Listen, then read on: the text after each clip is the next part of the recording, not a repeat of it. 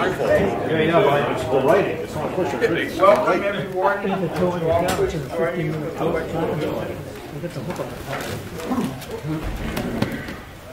pledge allegiance to the flag of the United States of America and to the republic for which it stands, one nation, under God, indivisible, with liberty and justice for all.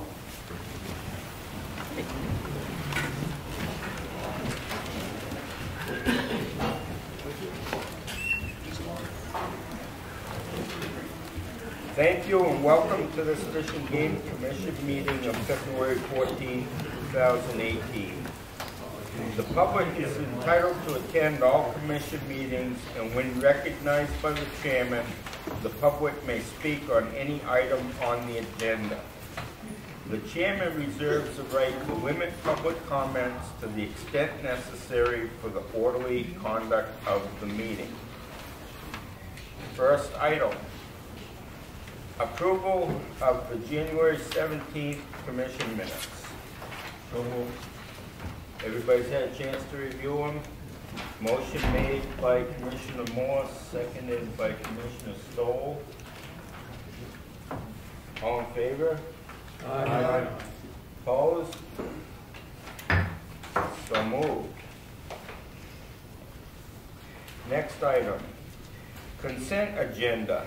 The following items have been grouped together and they are hereby noticed as consent agenda items.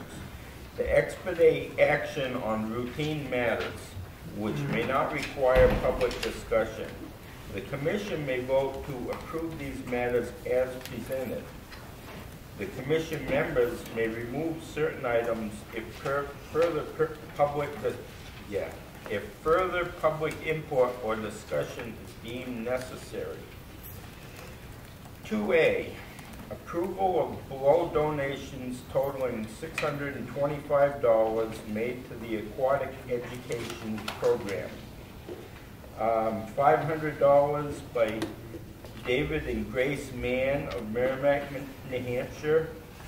$75 by Elsie Howe of Center Barnstead, New Hampshire.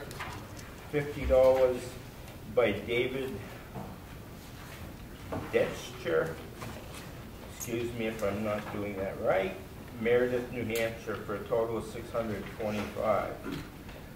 2B, approval to accept the donation of a walleye fish mount from Mary Johns of Concord, New Hampshire, to be displayed at the Fish and Game Region 4 office in Keene, New Hampshire. And then we have three late items. So 2C,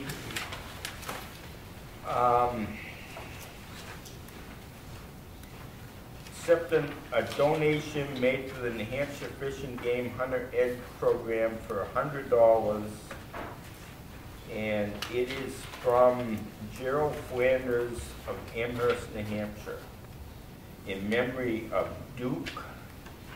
Oh boy, you guys are killing me today. Raskowitz, and it does not say where he's from. 2D,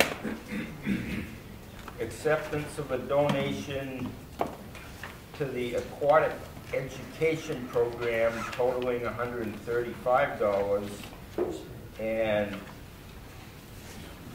this is from Gloria and Penn Schooley of Milford, New Hampshire, and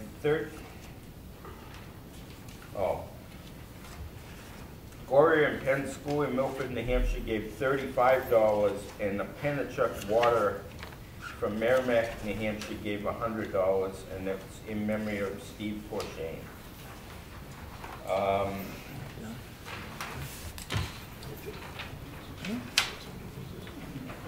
2E, acceptance of $1 for the Inland Fisheries Division from Gregory Duggan of Free Spirit Bassmasters of Pelham, New Hampshire.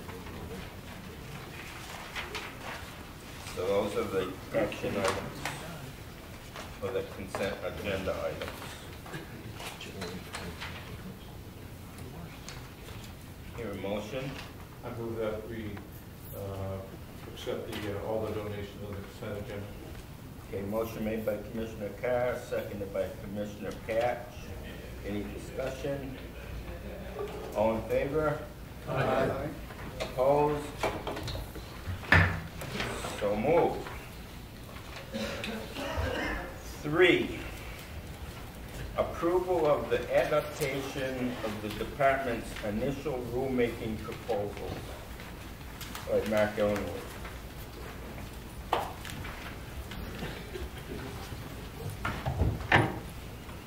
Good afternoon. Thank you. Appreciate the opportunity to come before you today to ask that you, upon review this afternoon, accept our initial proposals. Upon such adoption, you will essentially be kicking off formal rulemaking.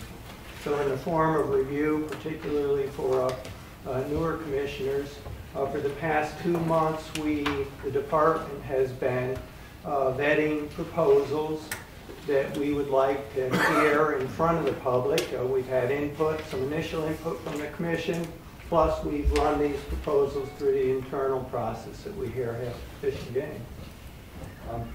At this point, we have settled on proposals that we'd like you to consider to adopt. In so doing, you will essentially be kicking off the public review process. If you adopt these rules as expected today, in late March and early April, we will have public hearings where we will hear directly from the public, both in Lancaster, Keene, and Concord. And then in April 18th, is the scheduled commission meeting, we will bring back to you a finalized package of proposals that we would ask for you to adopt. Once you adopt those, they'll be heard by J.L. Carr in May, and then implemented in the succeeding seasons. We do this every 2 years. This happens to be one of those 2-year periods. We do reserve the right, particularly with moose, given the dynamic nature of the status of moose in the state, to revisit those rules annually if necessary. A couple things I'd like to mention before we start. Again, for the newer commissioners, the people who will be presenting this afternoon will be those folks who represent those projects on behalf of the department. So we have the deer project leader, moose, bear, turkey, small game, and fur bearer project leaders here today, all of whom work for the Wildlife Division. Their proposals represent the collective opinions of a game management team, as influenced by district law enforcement and our regional wildlife staff. That's where we are. There's one proposal that we didn't present to you in January that we'd like you to be particularly attentive to today, and that pertains to snowshoe hare trapping. House Bill 1342 proposed the liberalization of trapping for both cottontails and snowshoe hares by all members of sporting clubs and beagle clubs. The Fish and Game Committee recognized that there were some errors in that initial proposal. We had protracted discussions with the Fish and Game Committee across the river. They have agreed to allow us to handle this rule package through our method, manner, or take authorities. And so the director, myself, and others met with the Spacetown Beagle Club specifically, discussed in detail what it was they were looking for. And essentially, they'd like the ability to trap in a broader range of the state to their greater convenience. And the long and short of it is the division and department saw no problems with their request, and we are proposing to accommodate those. And so those details will be presented to you this afternoon. Just wanted you to be aware that's something that wasn't presented, didn't exist at the time that we came before you. It's happened subsequent to that January meeting. Finally, I'd like to recommend that as you go through these proposals, as in the past, we suggest that you consider voting after each species group rather than allowing for all the species project leaders to go forward, because there's so many proposals. I think it would serve your interest best to deal with them piece by piece. That said, we're all set. Thank you very much for your interest, and we appreciate your support. Okay. First speaker is going to be Dan Bergeron. He's our deer project leader.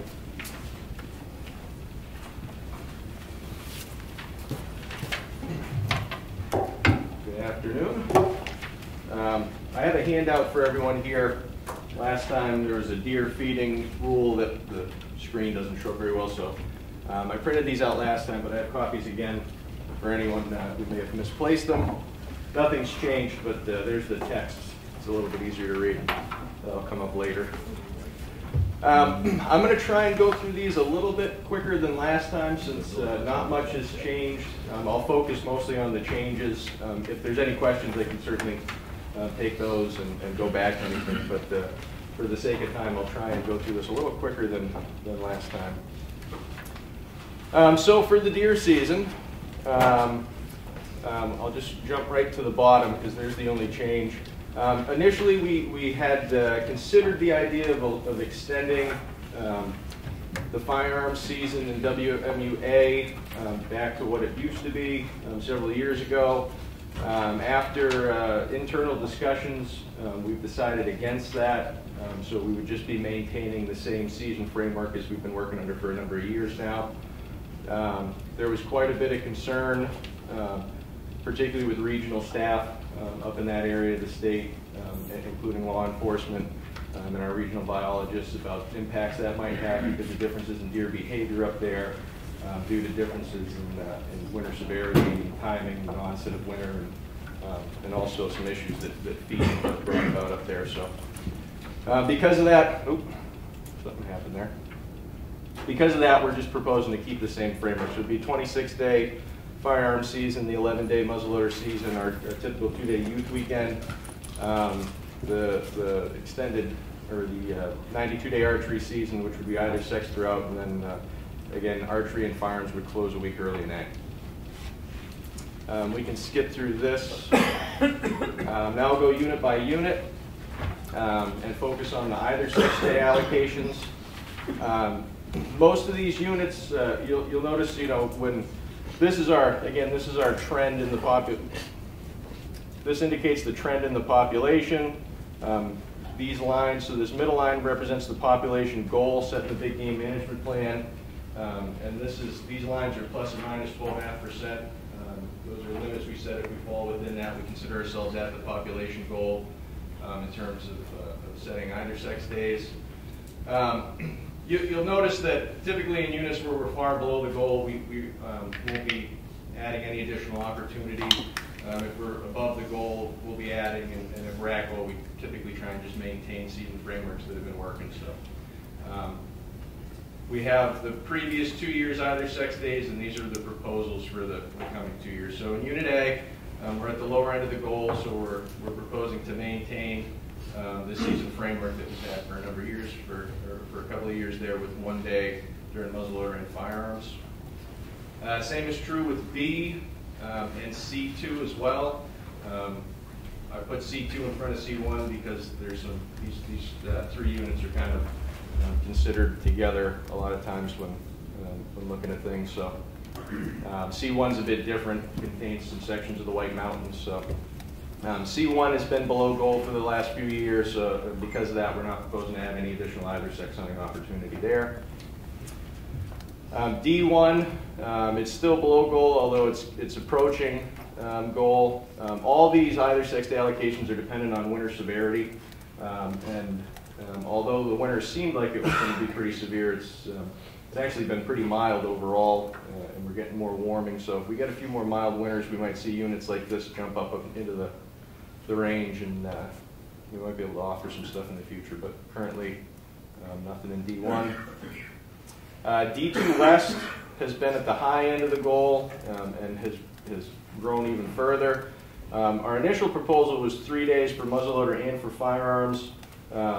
We feel as though we can actually, it's tough to see in the black bit there, but we feel like we can offer an additional day of either sex hunting during the firearms season in that unit. We're so far above the goal, and we've been there for quite a while, so we're confident that we can offer that opportunity. So it would be 3 days muzzleloader and 4 days firearm So that's a change from before. D2 East is a little bit below goal still, so we're not offering any additional either sex hunting opportunity there. Unit E is at the higher end. Last 2 years was the first time we were able to offer any either sex there for a while, outside of the archery season.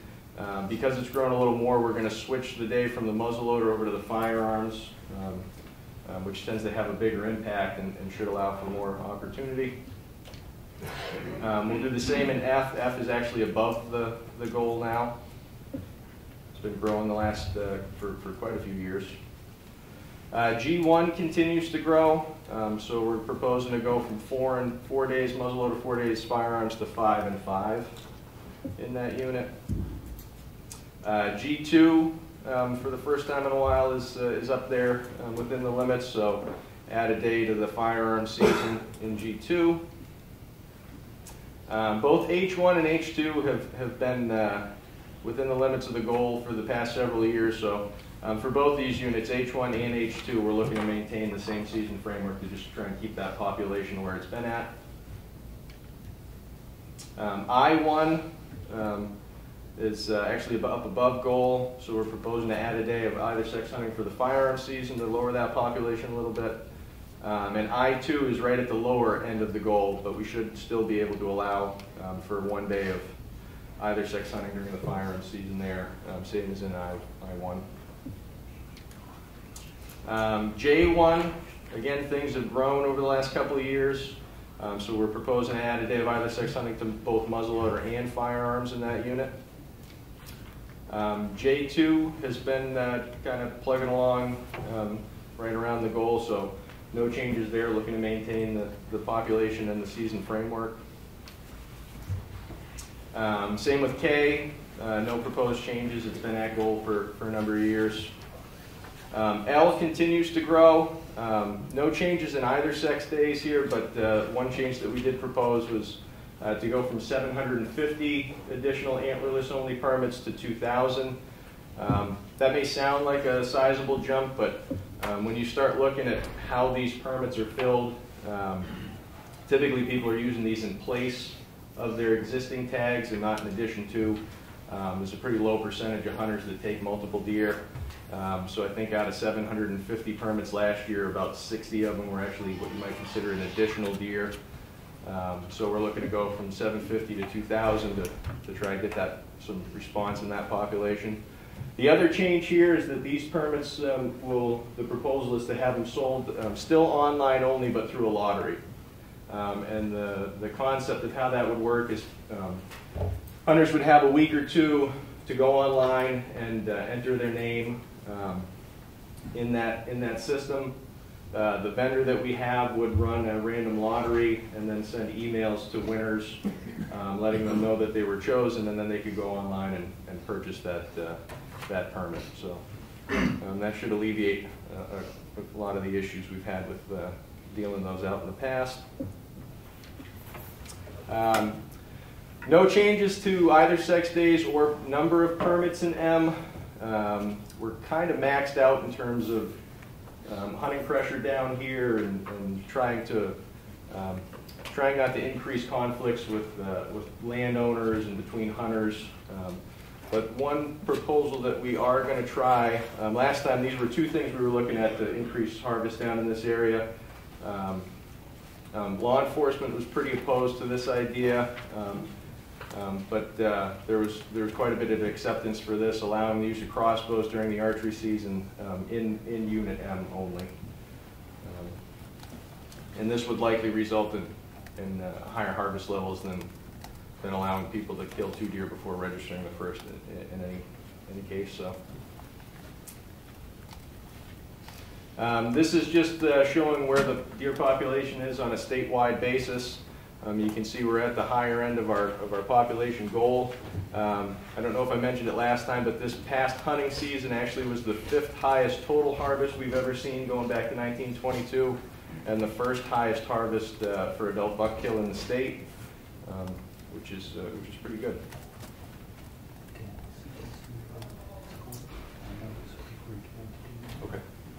So Mark suggested we vote on these either sex day allocations before we go to the, there's I think 2 other proposals, but if the commission would like to consider these first, and then we can do the next 2 things. Commissioner Baldwin? I just had a quick question, Dan. Are there going to be additional permits available to towns? Yeah, so that will be, we'll cover that. If you wanted to vote on either sex days, there is a proposal for that'll follow. So we can cover that. So that will be brought up. Yep. Thank you. Commissioner Stohl? Could you go back to the chat and graph for M, unit M? For M, yeah. Yeah. ES days is either sex, right? Yep. Now, that's usually considered doe days. A lot Right. of people look at them as doe days. Correct. So, not being the brightest bulb of the pack on charts and graphs, allowing more does to be shot, how is that going to affect your buck count? I mean, your blue line is bucks only, right? Right. So, allowing them to shoot more does, how is that going to affect your buck kill? Yeah, so you could increase, well, either sex days, minor changes in either sex days from year to year probably wouldn't have a big difference. And even minor changes in permit numbers issued probably wouldn't have a huge difference. You know, if all of a sudden we were to add, you know, an additional 4,000 permits that would be available, that could draw more hunters down to that unit, which could also increase buck kill because they might coincidentally take a buck during that time. However, this is kind of the general indices that we use to track things, but we also have. You used it for all the zones. I couldn't figure out my little pea brain Yep. how shooting more does affects your buck kill. Yeah, so this is an index to the change in the population. The way you impact the population is by harvesting female deer. If you harvest a male deer, you're just taking that one animal out of the population, whereas if you take a female, it's her and any offspring or potential offspring. So it has a bigger impact. We use buck kill to index the change in the population because regulations on bucks don't change much. They're pretty consistent from year to year, so it's more representative of what's in the population. You could see drastic changes in these lines if you were to use total kill or female kill. Because say we reduced either sex days from 5 to nothing, you'd see a drastic decrease in does, but that might just be because we reduced the opportunity for people to take them. Whereas that doesn't happen with bucks. Thank you. Yep. Commissioner Hodgdon? Thank you. Can you go back to C2? C2, yep. So this is one where you propose to add days, but you're at the low end of the range. Yep. So can you speak to that rationale? Yeah, so in part it's because of issues with the way people hunt up in this area of the state. So A, B, and C2 are often hunted by a lot of the same people. There has been concern expressed where when you have units that have either sex days and then other units that are adjacent with none, you can see a flooding of hunters over into those units, which might increase hunting pressure higher than we'd like to see. So we have negative impacts on adjacent units. To the extent that that happens, you know, we can't say for certain, but it's certainly a possibility, you know, with an either sex system. Given trends in winter severity over the last number of years, they've been pretty mild overall, and allowing for a couple of days, just because we allow either sex days doesn't mean that doesn't still allow the population to grow. So we feel that given what winter severity has been looking like and the way that area is hunted, and the impact that these days will have on the population, that should still allow that population to either grow or at least stay near the lower end of the goal. Any other questions? Commissioner Moet? Did you have to read my tag before? No. I saw you.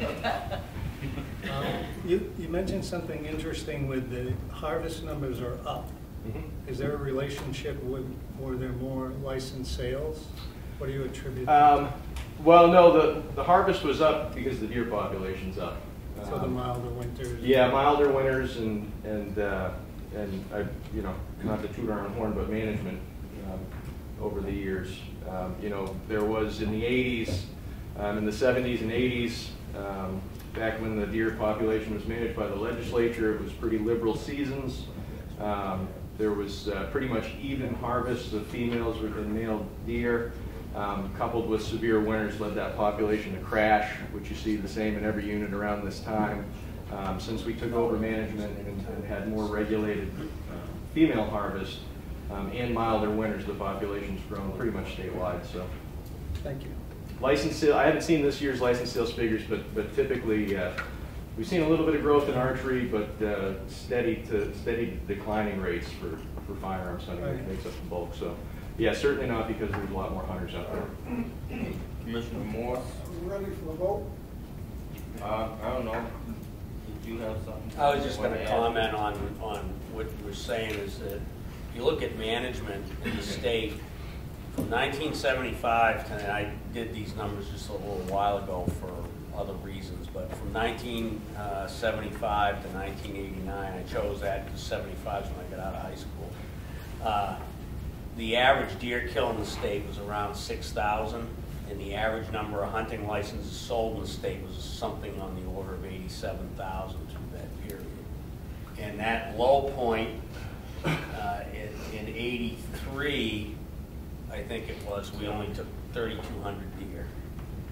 So from the 10 years from 2004 to 2010, 15, we were averaging more like 56,000 licenses, so over 20,000 less hunting licenses, 25,000 less average hunting licenses per year, and we've averaged around 11,000 deer a year.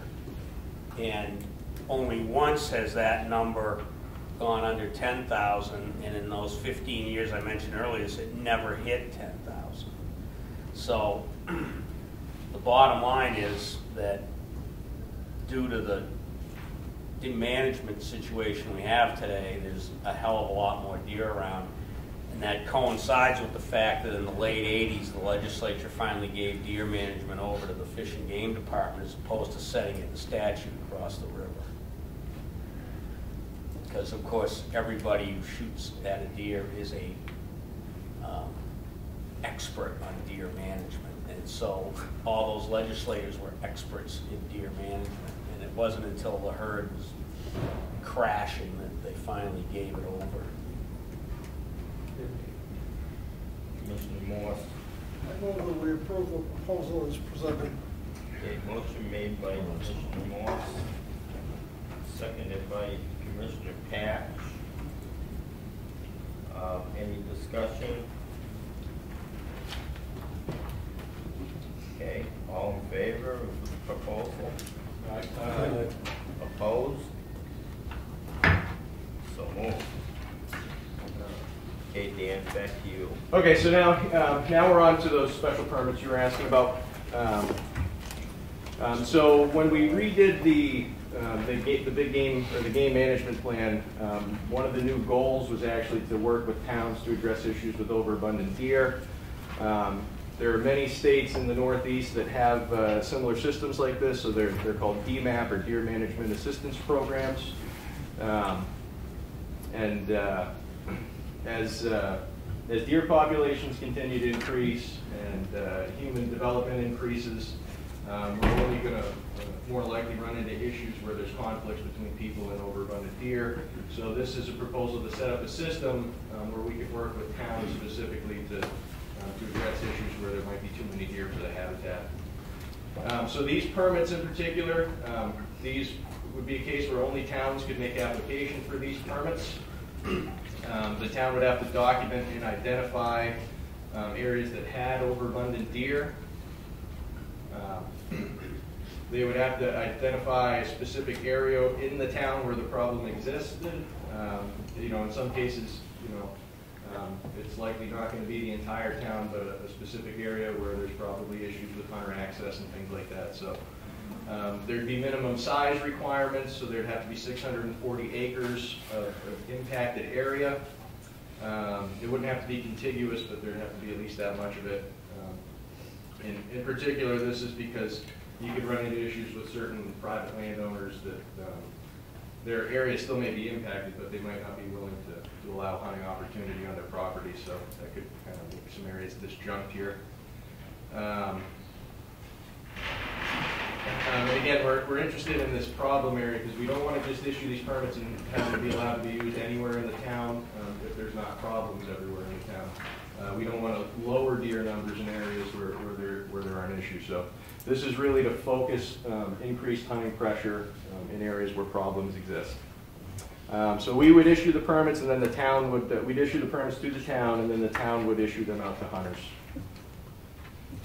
The town would have to write a management plan that would state objectives, other actions that they had taken to deal with the issue, and why our existing season framework has been unable to solve the problem. The department would retain discretion on how many permits and if we issue permits. Landowner permission would be required for hunters to obtain these permits because a lot of this is likely going to be on privately owned lands. So this would be similar to kind of Governors or Long Islands where we have those special hunts that have been pretty effective and landowner permission is required there. Each one of these permits would come with 2 antlerless only deer tags, so this would be a female, essentially a female only hunt. And then hunters would be restricted to getting no more than 1 permit per town per year. So if there were multiple towns, you could get a permit for each town, but just 1 per town per year. So that's kind of the general outline of those permits. And then again, the other one was this deer feeding rule, and this is what you have the text for in front of you. So the legislature a year or so ago passed an RSA that essentially said we shall adopt rules to address feeding. In large part, I think this came about because of the 12 deer that died from feeding in Southampton, I think around 2015. This is, I'll skip to the wording, the rule wording. This is very similar to our bear feeding RSA, where essentially if you're creating a public nuisance or safety concerns, that you can be warned to stop, and if you continue, then you can be fined. So essentially what we do is it defines what is feeding, what is detrimental feeding to the health of the deer population, or if it presents a risk to public health and safety, which is mainly vehicle collision. So this just outlines our definitions of what that would cover. And but really, this doesn't make feeding deer illegal. It only gives us the ability to address issues where problems have been created. So I won't go through reading the whole thing since we went over it before and you have the text in front of you, but I can if anyone wants. But and that's it for deer. So those are the last 2 things: is the feeding and the permits. Mr. Baldwin? I don't understand the issuing the assistance program permit. It does say 1 permit per town? So a hunter can only get 1 permit. Well, you say 1 permit per town. For hunters. So the town will get more than 1 permit? Yeah, the town will certainly get quite a few more, yeah. Thank you. Yeah, but a hunter can only get 1 per town to use. I misunderstood. Thank you. Now, the number of permits is going to vary depending on the town and things, and again, if a town, most towns will probably need several years of this before the problem's resolved, so we'll adjust things as we learn more about success rates and things in the town. Thank you, Dan. Any other comments? Just quickly, could you explain a little bit about the burden that the town would need to go through? Is there, you had mentioned that they'll need to make the application, they need a deer management plan. Is there an outline for a community to follow? Not now, because it's never been done before in the state. It would be difficult because a lot of these problems are going to be specific to the area that it is. Currently, there's only 1 town that has raised concerns about this. Now, in the future, that'll likely change because, again, we're only going to run into more issues kind of on the southeastern part of the state, kind of down near Unit M. But that town that has raised concerns currently has documented their issues for a number of years, and we're well aware of what's going on. So they'll likely serve as a model for future towns. But currently there isn't one because this is all new ground to us. Okay, so we're really in the embryonic stage of how this is going to morph and move into how they make who, selectmen, city council, who applies from the town. Yeah, so some of that is in the specific wording of the rule, which I'm not sure, but we might be able to make them available after today to the commission. I would expect. Yes, So some of those fine details are kind of hashed out in the wording of the actual rule. Commissioner Millett? I may answer this in talking it out. Okay. My question is, and it could be addressed, but when you invite a town into, I think they write their plan, but some towns may see it as an opportunity to further restrict hunting. Well, so can you prevent them from doing that? Yeah, so the deer management area that they have to lay out where they're looking for these permits to be issued, all the land within that has to be open to hunting. So if they want these permits, they have to find at least 640 acres of land that will be open to hunting. So it more forces them to open land to hunting than anything. Any provisions to prevent them from restricting it, though, if that's their inclination? Make it harder to hunt? Well, if I think that would come through in the plan, and if we found that they were looking to restrict hunting, we probably would not be willing to issue permits, because that's just going to further their problem. Anybody else? Commissioner Hodgdon? How long will these permits be issued for in the towns? So the permits are good for one hunting season, so towns would have to reapply every year, and we'd reassess things to see where they were at. Does the management plan have to be updated every year? Yeah, likely it would be, but again, changes would be pretty minimal at that point. The initial plan would be where the bulk of the work would exist. And you know, if they're setting goals, essentially, and goals, you know, a lot of this is probably going to be pretty general. The bigger issue is going to the town and actually seeing that a problem exists. But you know, we want to make sure that the town has put the work in to identify that there actually is a problem before we consider this. Anyone else?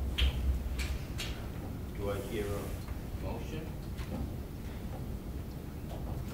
Motion made by Commissioner Pat, seconded by Commissioner Stohl.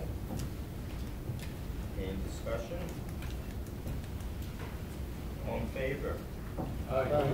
Opposed? So moved. Thank you. Thank you, Dan.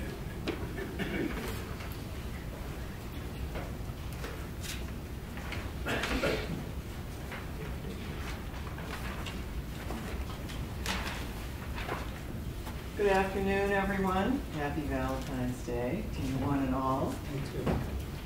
I'm Chris Rhines, and I'm here to tell you about the moose season proposal. There have been no changes since we last met. As you will recall, we did have a drought in the fall of 2016, which led to a pretty dramatic reduction in ticks up north. So we saw increased productivity in the cows and reduced mortality overall, and especially in calves.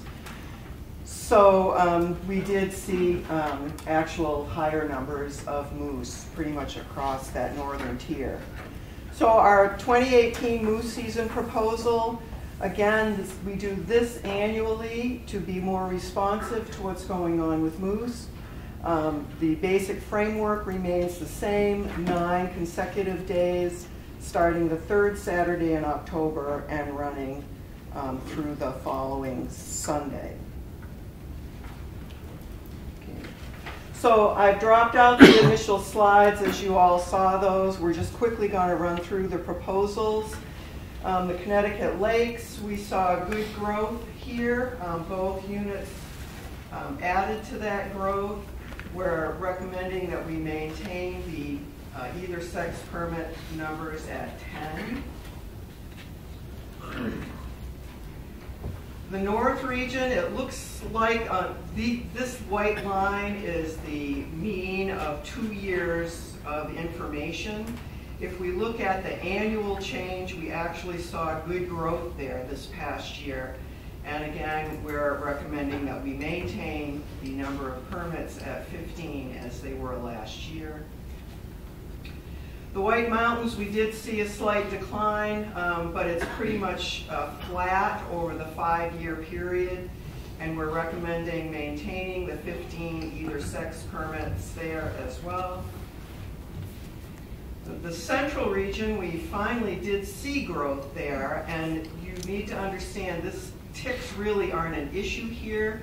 It's more other issues that are affecting this population, so we were rather excited to see a little bit of growth, and we're recommending to maintain that permit issuance at 6, which is basically 1 for each wildlife management unit. The Southwest, we had closed things because we had reached the cutoff point for permit issuance. In order to reopen that to permit issuance, we have to see 2 years of positive growth that results in a population that is at least 13% above the cutoff line. So we've just got 1 year of positive growth here, but it is growth. We'll take it. So we cannot yet open that, though. On the southeast, we are at goal. There is not a cutoff line here due to concerns with moose vehicle collisions. And even though no one got a moose here last year, we're recommending keeping the 5 either sex permits. The year before that, 2 of the 4 permit holders got moose. So this is what it looks like regionally, exactly the same as last year. In addition, we're recommending that 1 Hunt of a Lifetime permit and 1 Wildlife Heritage Foundation permit be issued for a total of 53 permits. And this is what it looks like broken down by wildlife management unit. Any questions? Anybody have a question? Comment? Anyone want to wish me a happy Valentine's Day? Anybody have a motion? Motion made by Commissioner Morse. Seconded by Commissioner Carr. Discussion? All in favor? Aye. Opposed? So moved. Thank you. Thank you, Chris.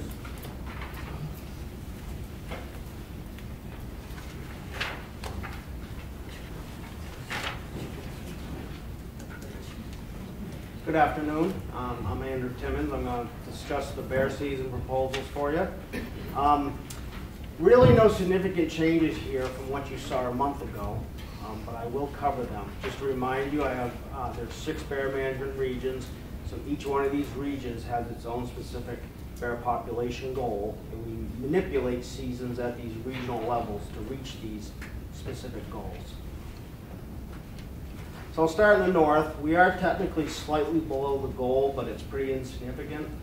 Therefore, we're proposing the same season structure that we've had in place in this region. That's a 4-week baiting season that starts the 1st of September. The hound hunting season, and this is the same season dates in the 4 regions where hound hunting is allowed, and that's a 51-day hound season that starts 51 days prior to the deer firearm season. And then the still hunting in the north will run from the 1st September and will overlap with the deer muzzleloader season, but close prior to the deer firearm season. As you get into the whites, it's a region where we've been above goal. So for that reason, we'd like to start offering some additional hunting opportunity as well as additional harvest pressure. So the major change here from previous years is the addition of 7 additional days of baiting. So that will move that to a 5-week baiting season and run through to October 5th. Same 51-day hound hunting season. And then the still hunting season, when I was here a month ago, I had proposed an additional 3rd week. Well, those dates were based off when deer firearm season started. If you describe it that way, in some years this season's going to end the end of November, other years it's going to end the first week in December because that opening day of firearms, the day changes. So to kind of simplify things, we're just proposing to end the season in that region, the still hunting season, on November 30th. So that's actually an addition of 9 days as opposed to the previous addition of 7 days. Central region is another region where we're above goal. It also represents a region where during the last big game planning process, that goal for that region was slightly reduced. Despite the fact we're above goal, we have started to kind of stabilize that in the most recent year, but we are proposing some addition here. Add another week of baiting to that season, which would bring it to a 4-week baiting season in the central, that same 51-day hound hunting season, and then like the White Mountains, specifying an end date to the still hunting season of November 30th. So that would also be an additional 9 days from the current season structure. Southwest one is a really nice region in that it's consistently at goal. I'm proposing the same structure there. That's 3 weeks of baiting, 51 days of hound hunting, and the still hunting season that mirrors that in the far north, where it will overlap with deer muzzleloader season, but close prior to deer firearms. In Southwest 2, we're at goal, but this area has always had a fairly shortened season. This region was first opened to bear hunting in 1998, which in the grand scheme of things isn't that long ago. We're at goal. There's usually some desire by local hunters to have a little additional opportunity. We think we can still do that without jeopardizing the fact that we're at goal. So we're proposing the same 3-week baiting season. No hound hunting season down here, mostly because of the road density and the housing density kind of preempts that activity. And we're proposing adding 14 days to the still hunting season. So instead of closing the still hunting on the 28th of September, as it has in the past, we'll run it through to the 12th of October. And in the southeast, it's a region that has a low bear population goal, and we are at goal. And here we're really looking just to mirror what we're doing in the Southwest too, to create some consistency across that whole southern part of the state. So 3 weeks of baiting and a 5-week still hunting season. Some additional proposals. This first one is really to assist us with data keeping, and that's when somebody is applying for the Connecticut Lakes Headwaters Lottery, that the bait permit associated with that lottery, that we provide a spot on that bait permit, a checkoff to indicate that that's associated with a lottery application, and also to provide a spot for the permittee to write down which trapping unit they were selected for. The second is to remove the requirement to measure keep length on female bears. There's other ways that we can get this data. And the final proposal is a joint proposal from the department as well as New Hampshire Bear Hunters Association, and that is to move the opening of the bear season training from the current July 15th to July 1. So that covers it if there's any questions. Anybody have a question for Andy? Just a comment. I appreciate the additional days in the White Mountains and the Central District because I think the way you did it is the most effective way. You get a lot of deer hunters out there and give them the opportunity during rifle season to take a bear. A lot of them will, and I think they'll buy a bear license, a bear tag. You know, on these good food years like we just had, you know, people hunting deer in the same place bears feed. So, right. Yep. You know, it's some additional opportunity and to chip away at that population growth. Anybody else? Got a Mr. call Morse? from Dave Ben, Francis down there. What's the deal, like you increased prices down to D, 14 days of still, right? Yes. That should solve this problem. Perfect. Anybody have a motion? Commissioner Baldwin made the motion, seconded by Commissioner Carr. Discussion, all in favor? Aye. Opposed? So moved. Thank you, Andy. Thank you.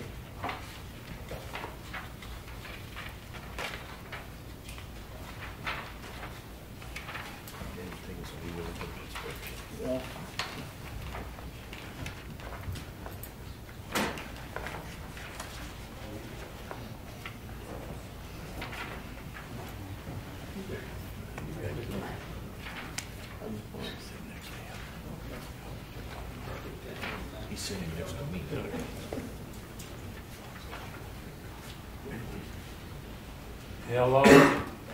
So I hope everybody has heard or seen some turkeys lately. They know spring is coming. They gobbling, strutting now, and there's bare ground spots. That's why I like that February sun at south and southwest facing edges. It gives them some bare ground. Find some foods. They kind of remind me of some of the old Indian tribes, the different clans. Every so often they'd have a meeting of different clans to look for girlfriends and visit relatives, and turkeys seem to do the same thing.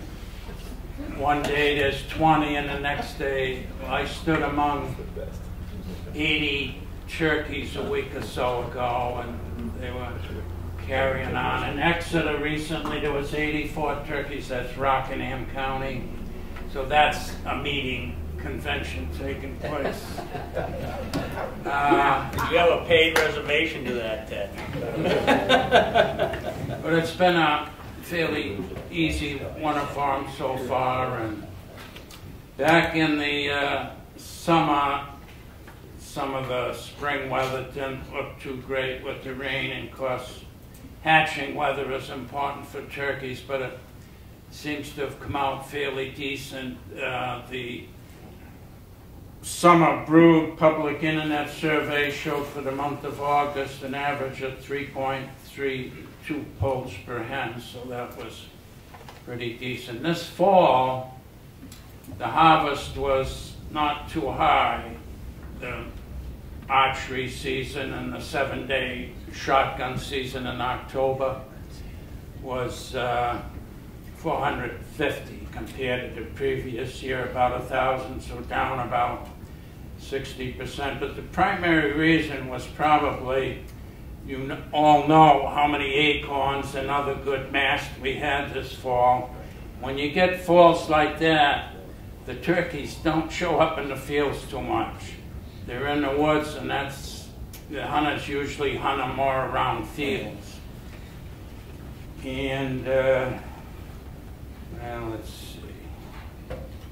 So I think our population is in pretty good shape. The virus, the lymphoproliferative disease virus, the pox virus, I had for calendar year 2017, I recorded 25 or so cases around the state. So it's still with us like in the neighboring states too, but doesn't seem to be having a big impact on numbers.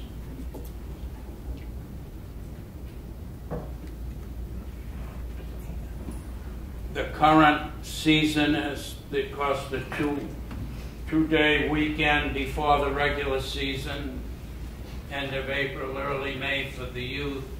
They take about 12% of the total harvest. The fall, we have that 7-day season, roughly the middle of October. And the archery is, of course, concurrent with the deer archery season.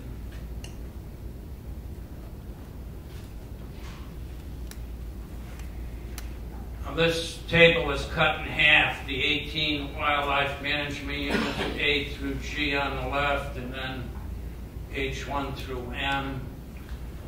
That shows for this past year of 2017 what the spring harvest was, the fall, and the total for each unit. And if you, so the spring harvest was 4,482, and the fall harvest was 450. We never want to see the fall harvest get too high, because that would impact on the spring season everybody wants. If you eliminate too many hens in the fall, you know, that they're the ones laying the eggs. You can see units in the southeast, J2, L, M.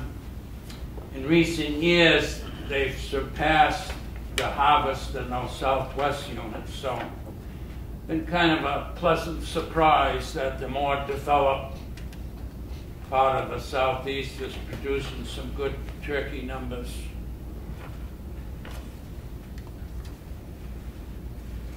I can't see too good without my other glasses, but we have the strategies for different parts of the state. You know, every state has different turkey seasons and bag limits, at least several, because the carrying capacity is not the same in the part of every state. New Hampshire is no exception. Our northern units like A, B, C, E, F in the mountains, not much open land, harder winter conditions. We don't have the densities of turkeys, and then you get down in the G, I1, I2, you have some more moderate, better habitat and populations, and then our better units tend to be the southwest and the southeast.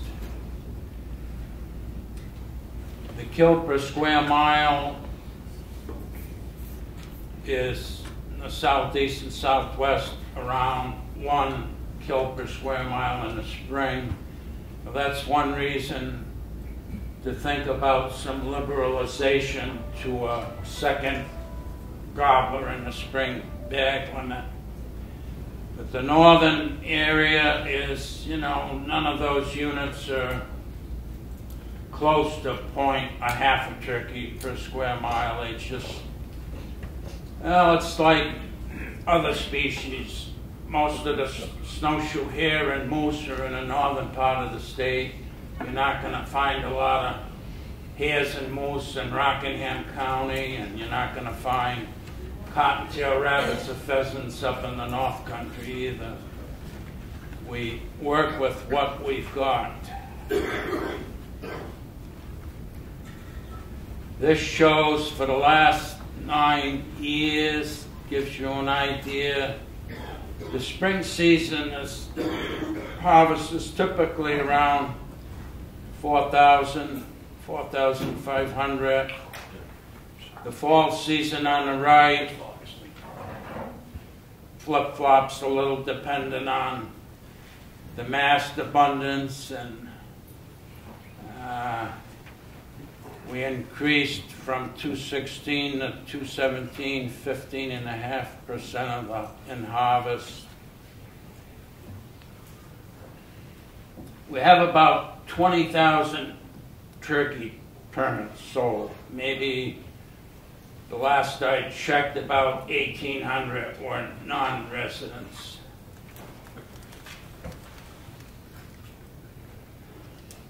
That's put in just to make sure people understand that those northern units do not have high turkey populations or kill per square mile.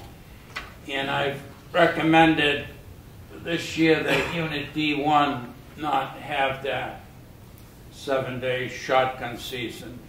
Because for the past 2 successive seasons, the turkey kill has gone down significantly.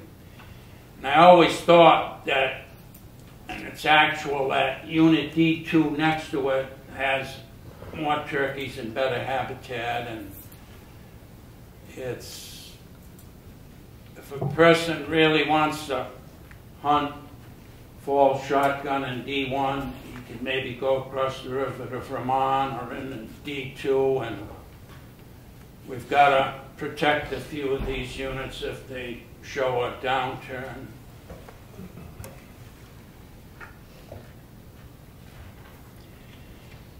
Now, 2008, another one of the proposals is, instead of starting on May 3rd, which we've done for years, we're going to suggest going to May 1st. That'll be similar to Vermont. That way Vermont hunters won't be coming over, or vice versa as much, because they'll both be starting opening day on the same day. The better 6 units in the southern part of the state, the H1, H2, and K in the southwest, In J2, L&M in the southeast have a pretty good turkey population now in spring kills, so we're suggesting that a second gobbler be in the spring bag. I've checked with some other states like Vermont to see what % take a second gobbler, because you don't want a high percent of hunters taking two, but it's typically around 23%. If a hunter really wants to spring hunt and he gets one gobbler, he could, on his tag, he could use the fall tag to get a second spring gobbler. Or if he wants to hunt in the fall and he just take one in the spring and then attempt one in the fall.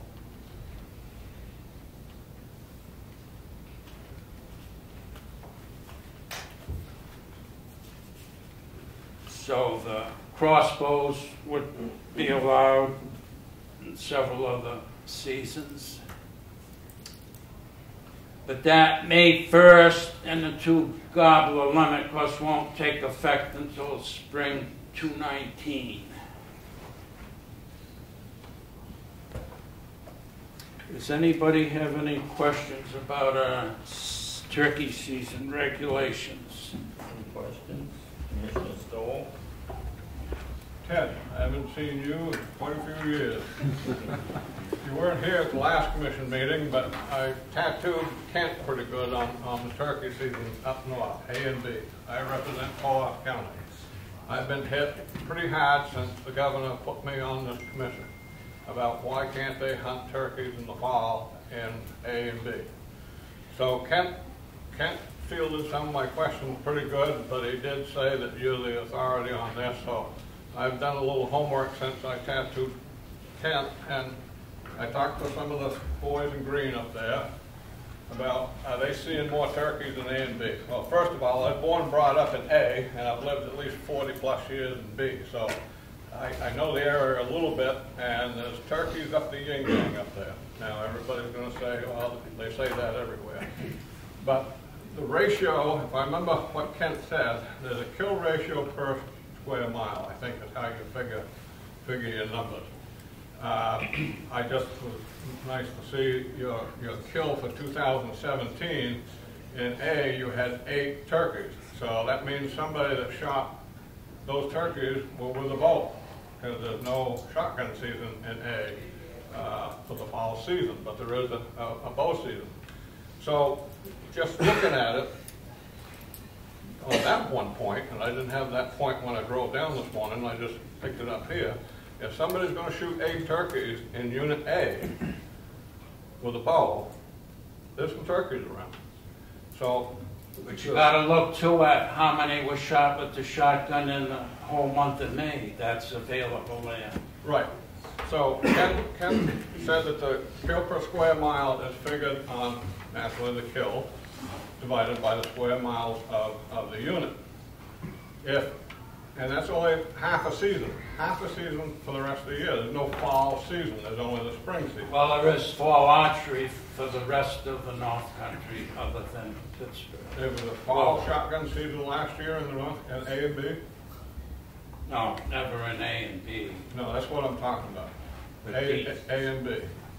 So, if using your formula, or somebody's formula, the kill per square mile, if there are turkeys up the yin-yang up there, but no hunters, there's going to be no kill.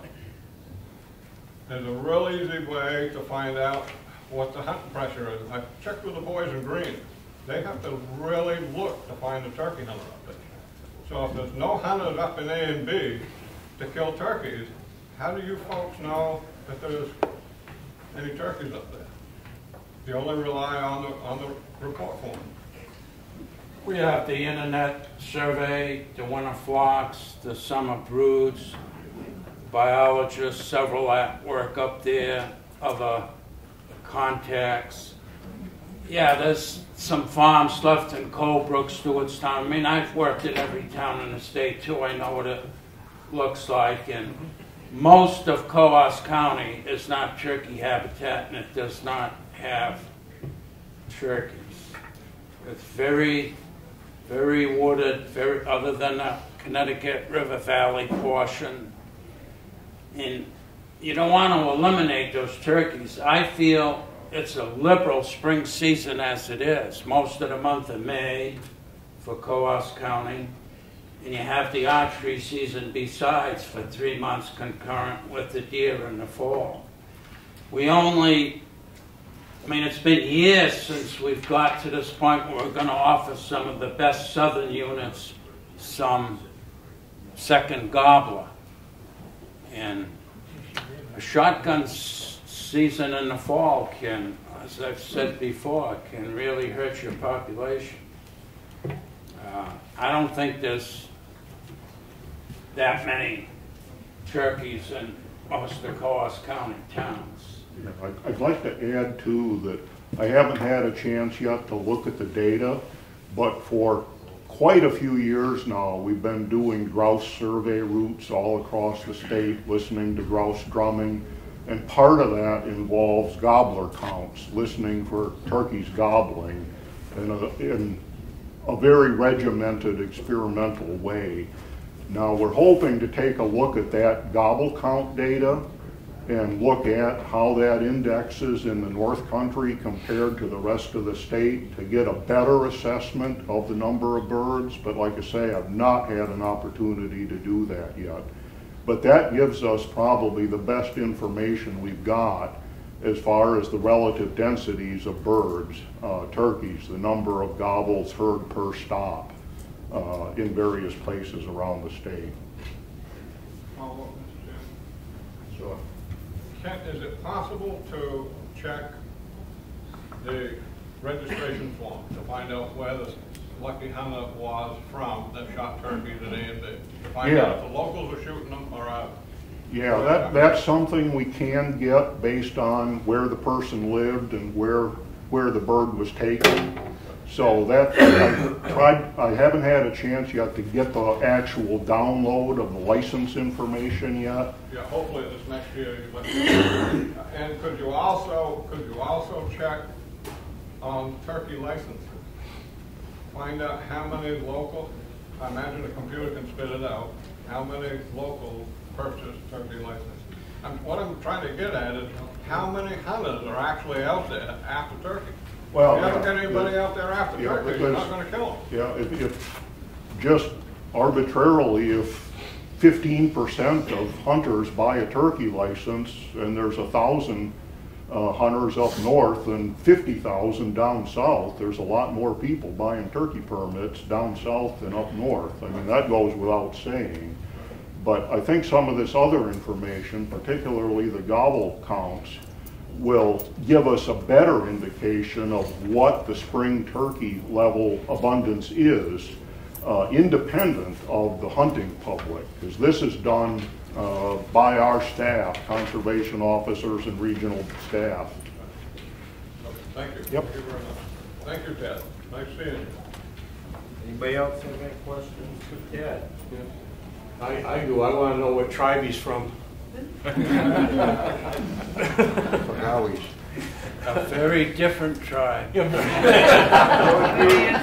with that. Okay, any motion on this proposal? Nobody wants to make a motion? I'll make it. Made by Commissioner Patch, seconded by Commissioner Morse. Discussion. All in favor? Aye. Opposed? So moved. Thank you, Ted.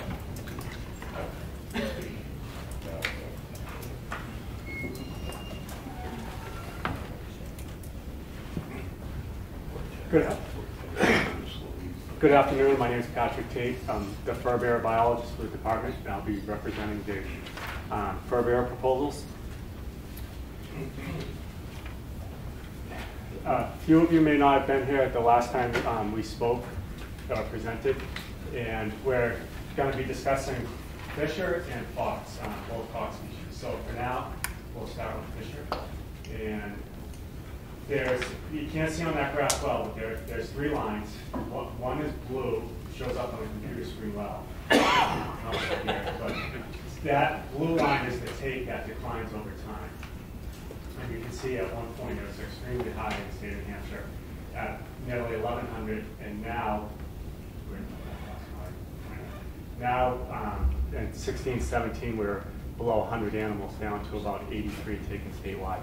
What you're not seeing on that graph, though, is our effort has varied over the years, and it's gone up and down and down. But the last 3 years have had very low fur prices, and so people are still buying their licenses, but they're not getting out in the field. So what I'm pointing this out because now, when you look at our other lines, we have a yellow line, which is capture per unit effort on an annual basis. And you can see it ticks up pretty high. It was like 1.7 roughly. And underneath that is our 3-year average. And for discussion purposes today, I would suggest looking at the 3-year average. And the 3-year average takes out some of the annual variation of persons who choose to trap, what their decisions are, why they choose, takes out some of the weather variables, and takes out some of the annual variable in populations, and it melts everything together and get a better understanding of what's going on. So with that, the red line you can see is a slightly lower capture per unit effort, and it's more rounded than it is peaked and jagged like the annual is. So moving on to our gray fox indice, we see the same thing. Now, the very interesting aspects of gray foxes, when the take, not take, but effort line is on there, the take follows the effort line very well. And from literature, gray fox have an average home range of 1 square mile. And when you have a home range that small and you put a trap or 2 in that home range, you're going to get that one animal. And so with that said, it followed the effort very well. And we see that, you know, the declining trend the last 4 or so years really declined. So with that, we'll move on to red fox. And red fox, oftentimes people think red and gray fox, you think similarities. They're foxes, so that makes them similar, but their habitat requirements, the effects of other predators is very different, and how they interact just with the environment is different in general. So you see the 3-year capture per unit effort over the years has gone down, and then the last 4 or so years again, it starts tanking pretty good. And now we see it down, you know, and our take has gone down as well. So you can see the blue line take is downwards of 100 animals. So with all that, we came up in the game management team with the following proposals, in that I missed one piece and I want to bring this up. We've been picking up distemper in our Fisher population and our fox population, and we've been doing some studies on, I say studies, we've been doing surveillance with the UNH vet lab to get a better understanding on that. So that, what I'm getting at there is, before anyone wants to blame trapping pressure completely for those declines, there's natural inputs that affect populations on the landscape. So with that said, with the game management team, though those inputs appear largely natural, we proposed that we would go from our current system, or our current seasons of December 1st to January 31st for hunting, down to January 1st to January 31st for hunting, and then our trapping season, which currently runs December 1st to December 31st with a 5 fisher limit statewide, and no more than 3 from a combined area of C1, D2, E, F, G, H, I, J, and K. So would reduce the trapping, proposed is to reduce trapping from December 1st to December 21st, and continue to keep that limit at 5 fisher and 3 from that combined area. So what that would do is limit the moving of animals around and the probability of them coming into contact with the body gripping trap.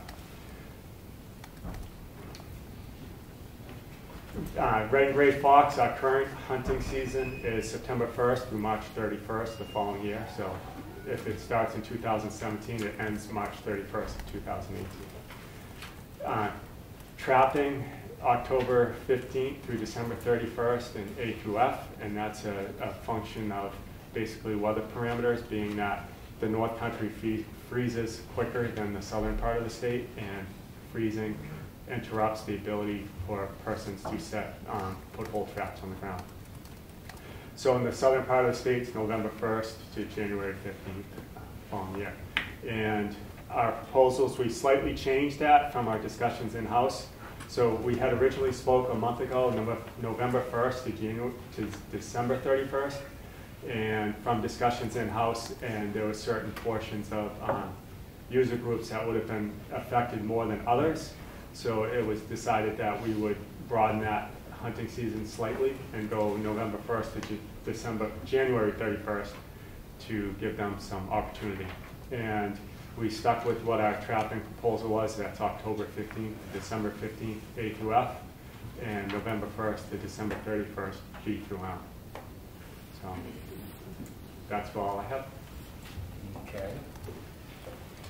Well, I have a few questions for you to start, Pat. Yes.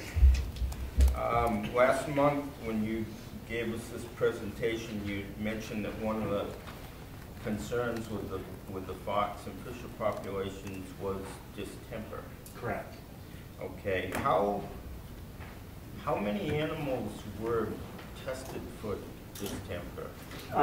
So the 2016 season, we had one animal that was removed from a person's property that was acting strange, came back distemper positive. And we had 2 trap-killed animals in the vehicle at the same time, so UNH took those for background noise. And out of that 2 animals had distemper. So one of the trapped animals had distemper. This past December, and a little bit into the fall, we're up to 18 fisher having been brought to UNH Diagnostic Lab. They have not got back to me with all the results on the distemper surveillance on what they found. Reason that is some of those carcasses were frozen when they were delivered, and because of their time constraints, they put them in the freezer, and they haven't had time to actually look at those carcasses to see what they have for distemper. But I know of 4 individuals coming back as distemper positive, and talking with the UNH veterinarian that has done the work has told me that that level is indicative of an epidemic occurring in the state as far as fisher go. And also with fox, we have had 2 now come back distemper positive, but we've only sent 2 for testing. And from the work that person has done and the research they've done with other professors, it turns out gray fox are highly susceptible to distemper, and distemper in both these populations is fatal for those affected animals. Okay. What would trigger an animal to be tested? Do you have like a protocol that every so many get tested, or is this random, or? So I smile because I'd like to test them all, but it comes down to a money issue. Each animal costs approximately $200 to test. So it's been the fox issues came about because the first one was rabies tested and it came up negative. And well, if it's negative for rabies, what is it? So we put the money in to see what was going on. With the fisher, that testing came about as I was seeing the declines we saw in those trends, and kept saying there's more to the story than we know. We had an animal turn up in the yard that was in its last breaths in front of the landowner, and at the same time, the Northeast Wildlife Disease Co-op was being formed and put together a reduced rate for the department to have testing done, and we became part of that. So I was able to get approval to send that fisher down there. The other 2 were tested because the diagnostic lab saw them in the back of the truck and said, we'd like those 2, we'll do them for free. Since then, UNH has secured a grant to test for distemper with fisher. So they wanted 30 fisher this year. I was able to get 12 from the trapping community to send down there. I would have liked to get 30, but it's just with the prices of fur and what's going on, trappers aren't getting out in the field. Like I said, they're buying their licenses, they're not getting there. We had a very unique fox from Seabrook we brought down to UNH for testing, and it came back with not only distemper, it came with Listeria monocytogenes and an androvirus. And it turns out all three of these viruses are unique to the Northeast. So that UNH professor is now looking for grants to get more fox, and there's going to be increased surveillance there by their funding mechanisms. And I said I'd work with them to get them other animals. So that avenue of testing is increasing by outside funding mechanisms. Okay. Now, when you have a wildlife population that is getting a disease, not necessarily just distemper, but any serious life-threatening diseases, isn't it like common protocol to reduce the numbers in the population? So normal thing biologists try to do when there's fatal disease outbreak and concerns to public health and things like that, with diseases that are spread by density dependent or by animals' behaviors. In this, we're talking about two species that use as dens, and they'll come in contact with their own species or other species and spread that distemper and other diseases I spoke of. So that's a contact between animals, which leads to density dependence, and a way to soften the spread of that disease or slow its rate of spread down is to lower population levels, intentionally lower the population levels. But this proposal would at best keep them the same, if not raise them. This proposal would let nature fight itself and fix itself over a period of time. So what it's coming at is the rate of time we would change the population to come back.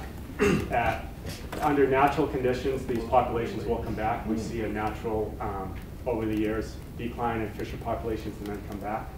So what this proposal is doing is attempting to limit any human input or changes to the population from trapping, is what this proposal is doing. It's basically saying to the animals left behind, figure it out on your own. From trapping or hunting? Trapping or hunting, yeah, I'm sorry, correct. Yeah, because a lot of it... Hunters actually take it heavier than trapping takes it. Yeah. Okay. Anybody else have any questions on this? Okay. We have a motion. Motion to accept Commissioner Stohl. Seconded by Commissioner Clews. Any more discussion? Okay. All in favor of the proposal? Aye. Opposed? So moved. Thank you, Pat.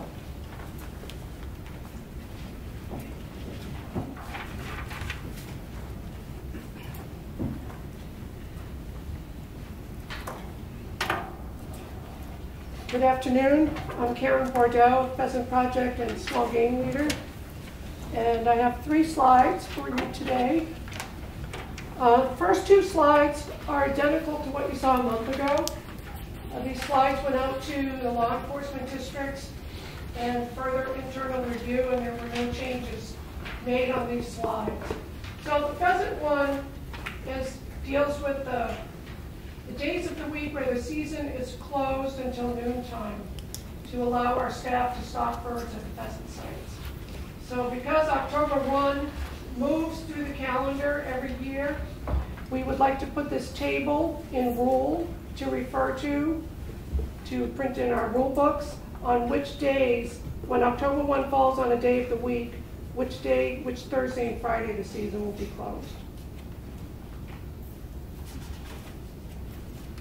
The next slide, again, is identical to what you saw a month ago. It's a season extension for cottontail rabbit and gray squirrel.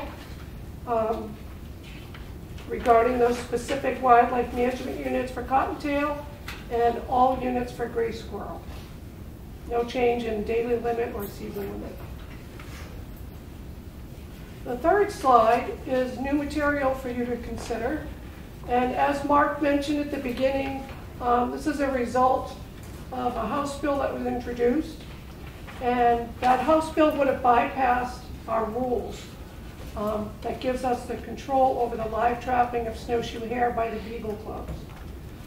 After meeting with the Beagle Clubs and again an internal review, there's been some amendments to the rules and allowing live capture of snowshoe hare through the open season, which is October 1 to December 31st. I'm sorry, October 1 to March 31st. That's a change from January 1 to March 31st. An increase from 6 permits to 10. Putting in enough rabbit food or apples in the trap to sustain that animal for 24 hours until the trap is checked. Allowing the capture of 20 hares per club, and no more of those, no more of 10 hares can be combined out of those more southern units. That's the big change. Beagle clubs used to have to travel north to catch snowshoe hare, and they've requested to have other parts of the state open. So as a compromise, no more than 10 animals from those southern units. And prohibit the live capture of hare in the areas closed to cottontail rabbits. Any questions? Okay. I assume when you mentioned the 10 and 20 hares that it's per year. Per club, statewide, per year. Yeah, yes. per year. Yes. Yeah, okay. Yeah. All right. Anybody have any questions? None? Looks like Yes, Commissioner Carr. permits, I assume, are renewed every year. Permits are, yes. So you look at conditions, current conditions. Yes, and they have to submit a report on what they take. Thank you. Okay. Any other comments? Motion? Motion by Commissioner Carr, seconded by Commissioner Cash. Discussion? Okay, all in favor of the motion, signify by saying aye. Aye. Opposed? I'm going to be opposed. I don't think it's right to live trap our wildlife and capture them and use it for training. I'm sorry. Okay, one opposed. So moved. Okay, thank you, Karen. Thank you.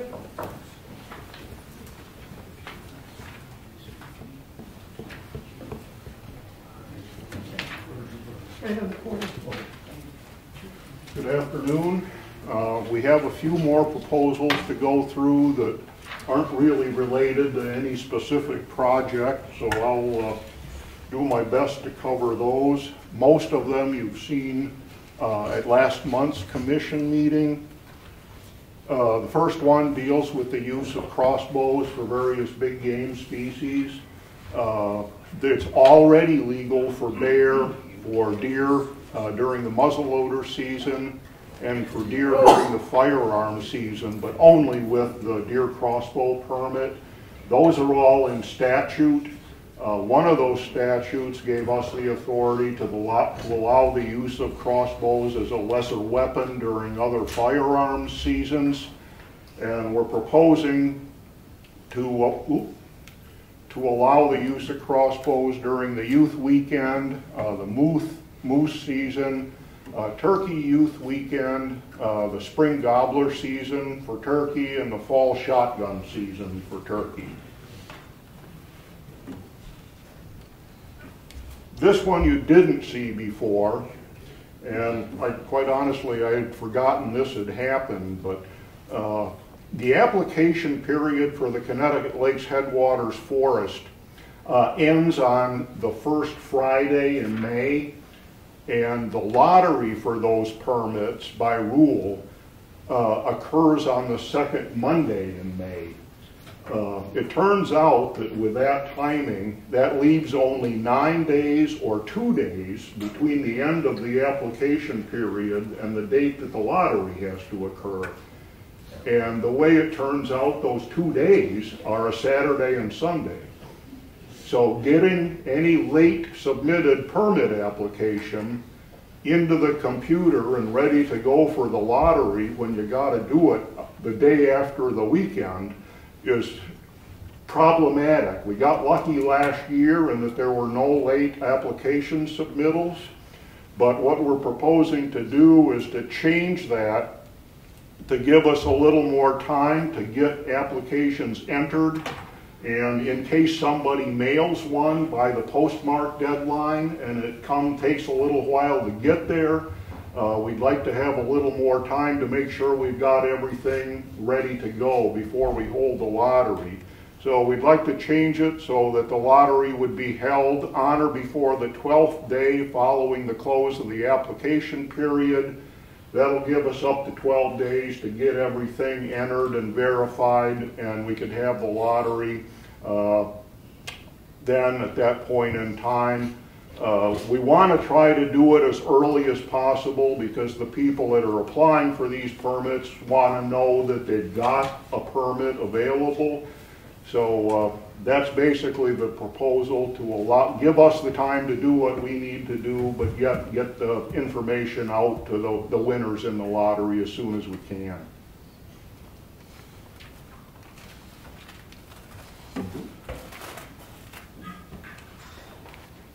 What's happened here?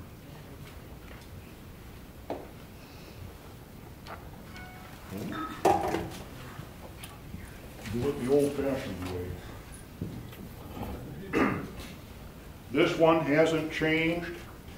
This is a law enforcement proposal to just include a postmark date on the various baiting permit applications so that if they're mailed in, they have to be postmarked by the deadline as opposed to being received by the deadline.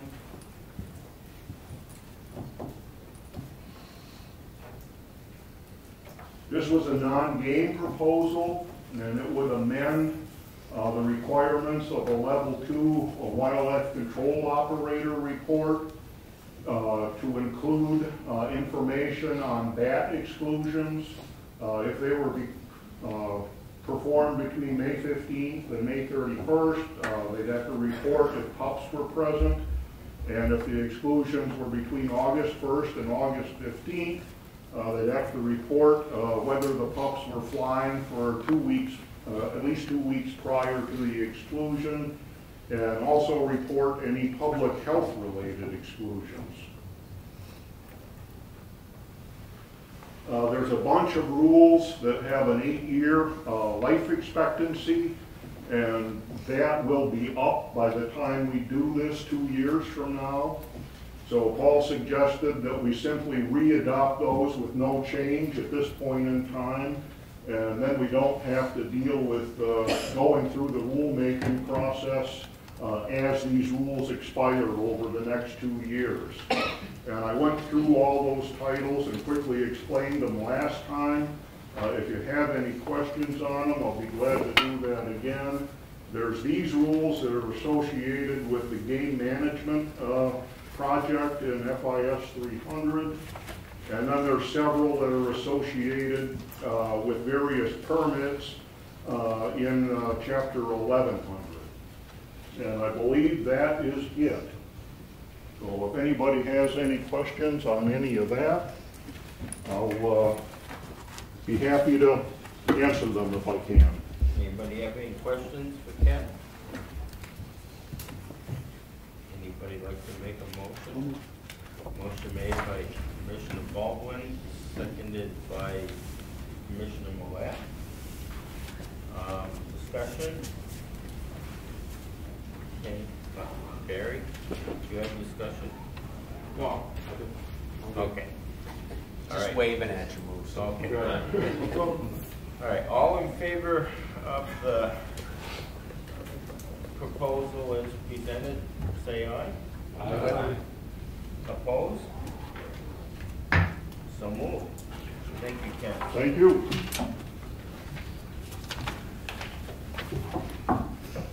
So that's the end of all of wildlife proposals, right? Yes. Okay. Kent, we have dates, we probably ought to say them again for the public, you know. Yeah, For the hearings. hearing dates and locations. I think I have the proposed dates here in my.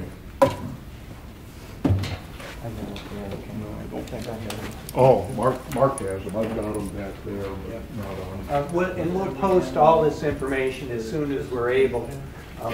My recollection is that the proposal is March 30th, which is a Friday, would be the Lancaster meeting. April 2nd, which is a Monday, should be the Keene meeting. And April 3rd, which is a Tuesday, as I recall, is the Concord meeting. 6:30, Mark? Yes. Yeah. And I'll check those, and if there's any error with that, we'll send that information out to you. But it'll be prominently posted upon your adoption of this package today. Then it'll be, what, written comments 10 days after? Paul, could you help me out with that open window for input? Yes, that's right. After the public hearing period is closed, there's at least another 5 business days, but we'll probably extend it a touch beyond that for written comment. Paul, can we formally accept input as of today's vote? I can accept the input. It isn't officially part of the rulemaking proceeding because it hasn't gone to the rulemaking registry yet, but certainly all that comment will be there, will be made available to the commission. All right. Yeah, thank you very much. Thank you, Mark. Okay, next item, information items. We have a brief presentation on Hunt of a Lifetime by Dwayne Blow. Dwayne here today? Yeah. Good.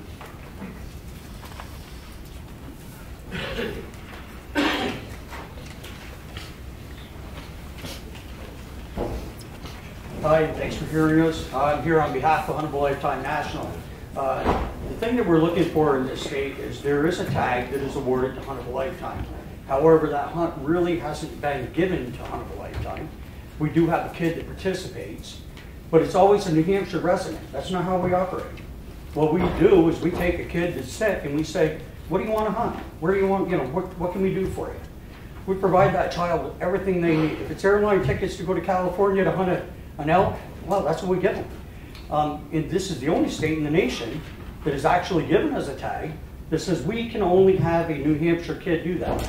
So my issue would be this, as a parent, if I present that to you and I say, okay, your kid's sick and your kid's going to pass or may pass, where does he want to hunt? Where does he want to go? Oh, we're only going to allow you to hunt here in New Hampshire. This is the only tag. I have 6 children right now that we cannot fulfill moose tags for in a national program. And we have a tag here that is still not filled. We had a kid that we thought was going to take it, have heard nothing in the last 6-8 months from the family. Did he pass? We don't know. They haven't responded. So that's kind of what we're looking for. We're looking to take that tag, put it back in a position where we can utilize that tag. We presented this last year. We even tried to meet part way and said, if you have a New Hampshire kid and they want to take this tag, honestly want to take it, they understand that this is their hunt. This is your choice. And they want to hunt in New Hampshire, that's fine. And we had a kid, the kid that wanted to come this year, I loved his reasoning. It was a typical teenage thing. Dad's never got a permit in New Hampshire. I got one, Dad. That was kind of what he wanted to do. I'm great with that, that's fine. And we're willing to accommodate that. The issue's coming when we're waiting till the last minute, and then we're trying to bring a kid in. So if I got a kid that's coming out of California and wants to hunt moose, and you say yes, I have to get airline tickets. I'm not saying me, we got, have people to do it, allocated, but I have to get airline tickets. We have to make arrangements for the lodging. We have to make, all these things have to take place. His gun has to be ordered. He has to be checked out. We have to get permission from his doctor just for him to come here. So that's kind of what we're looking for, and it hasn't been that way. To date, there has been 1,005 kids that have gone through our program. We met that landmark this year. I don't think you're going to find too many groups that are more qualified. We haven't had any incidents. We don't have any issues. We have sent 16 kids out of that have participated in the program from New Hampshire. 6 of them have already chosen not to go. Some of the other ones, we were told by them afterwards that they had never heard that this option was there, that they didn't have that as their alternative. So that's what we're looking to do. We love the idea that you're opening your arms to a kid. We'd just like to be able to bring a child in, not to regulate it and say, okay, it's New Hampshire or nobody.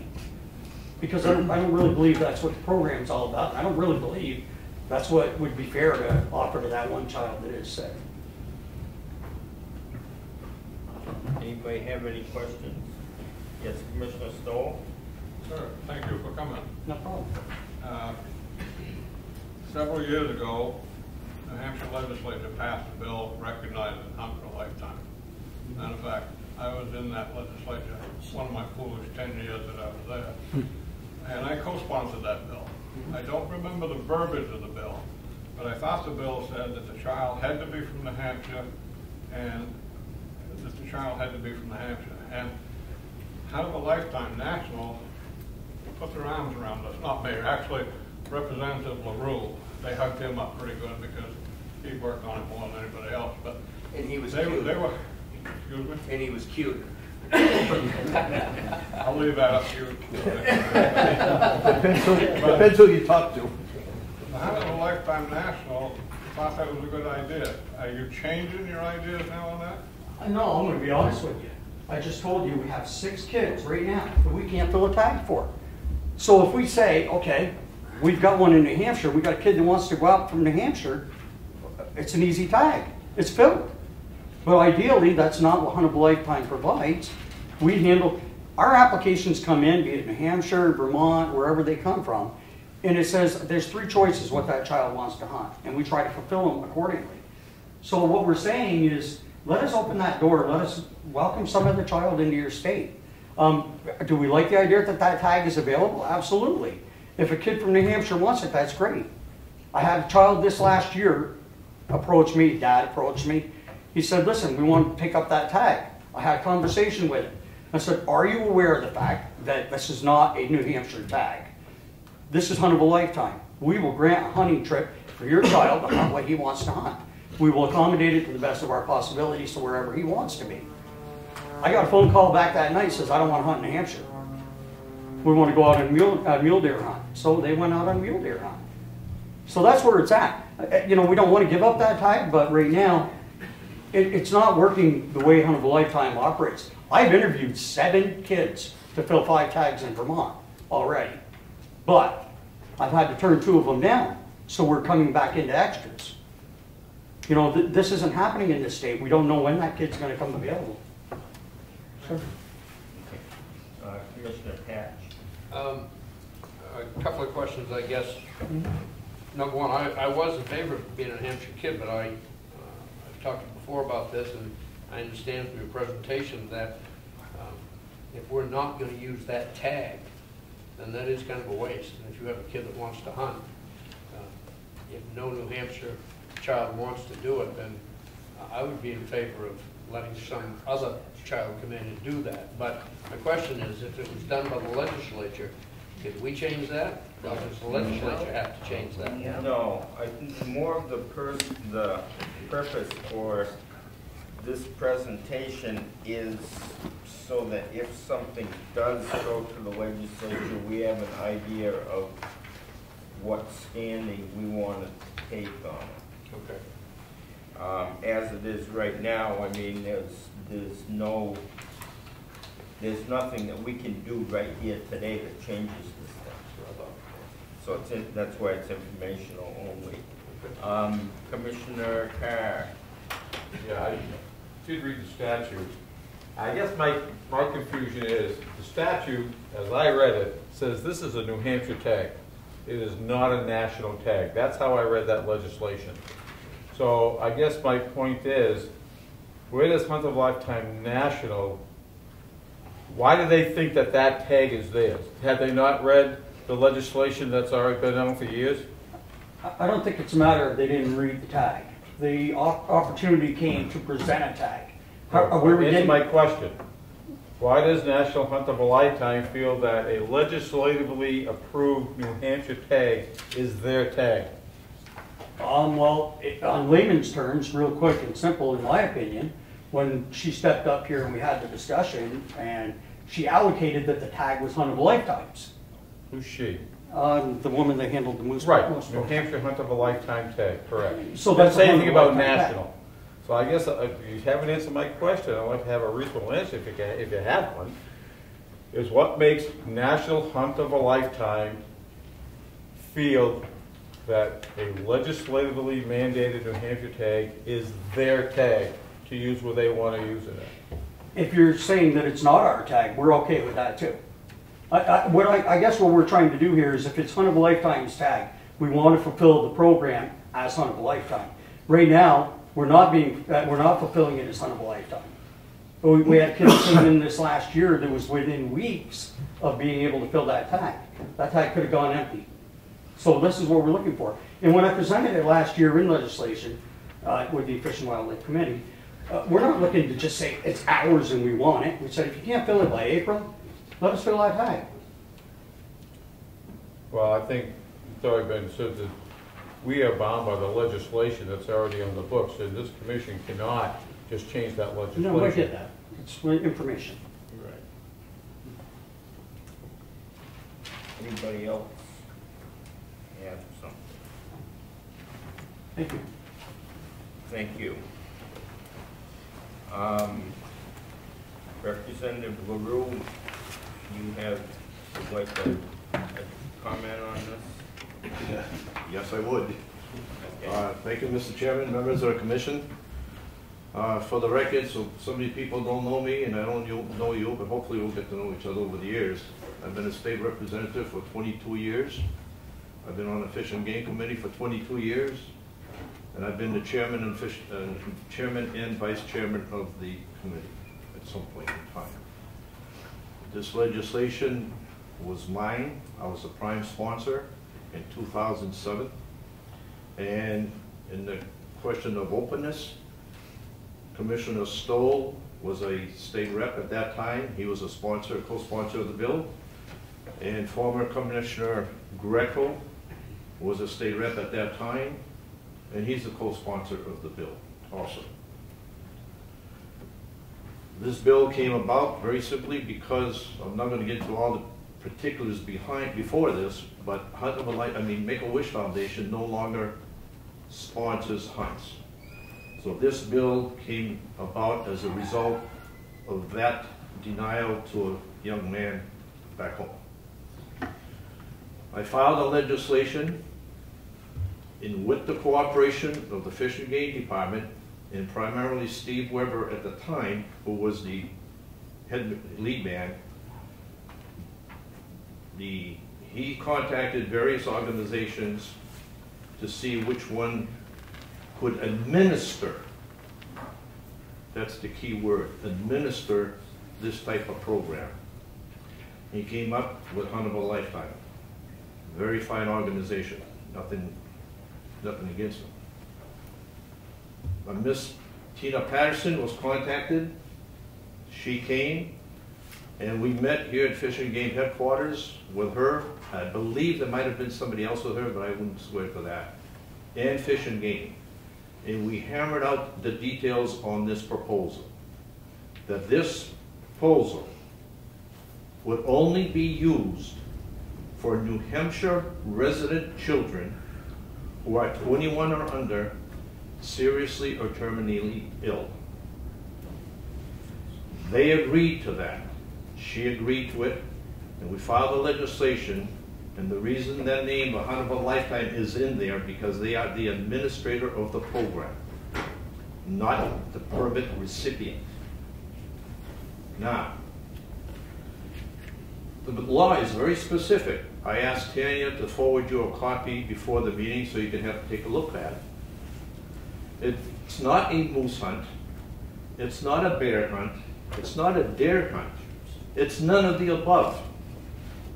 What the law says is the Fish and Game Director may issue 2 hunting permits through the Hunt of a Lifetime for them to pass out to two youngsters from New Hampshire. Over the course of the years, the majority, to the best of my knowledge, if not all of them, the recipients have chosen to go moose hunting. And it has taken on the impression that it's a moose hunt. It's not. They are given 2 permits. The recipient chooses what he wants to, what he or she wants to hunt. Now we heard that if the permits are not filled, it's going to be wasted. Well, last year, in 2017, House Bill 132 was filed. And it said basically, to paraphrase it, is to allow non-residents to take the permit that was not issued. Because at that time, it was testified by the supporters of this proposal that they had a hard time filling the permits. That's what their claim was. So,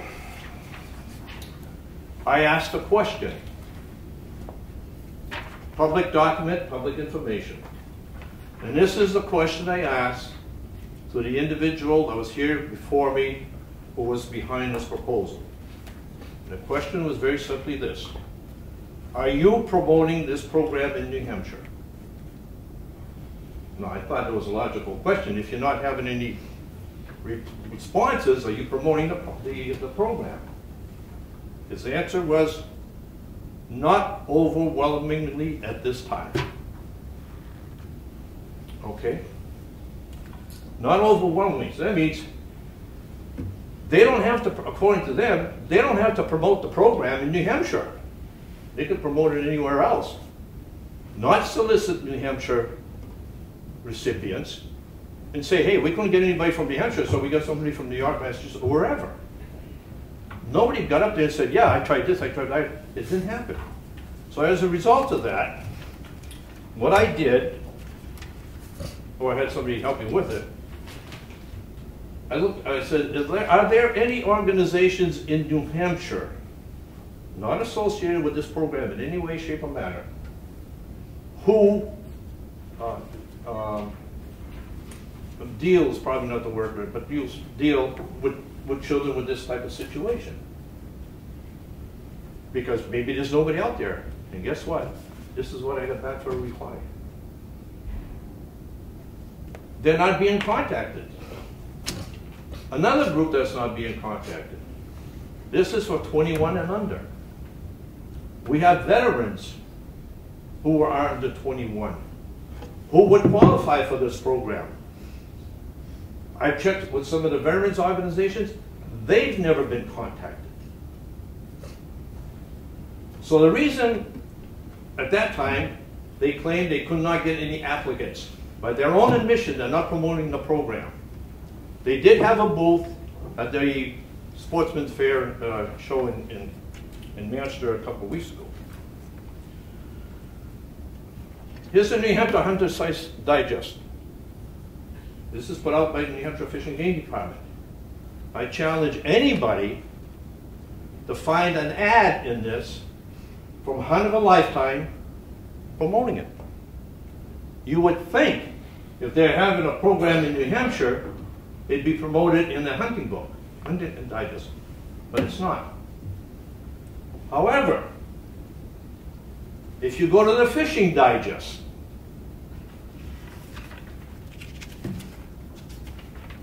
on page 40, and believe me, you have to look for it. At the bottom of the page, there's an ad.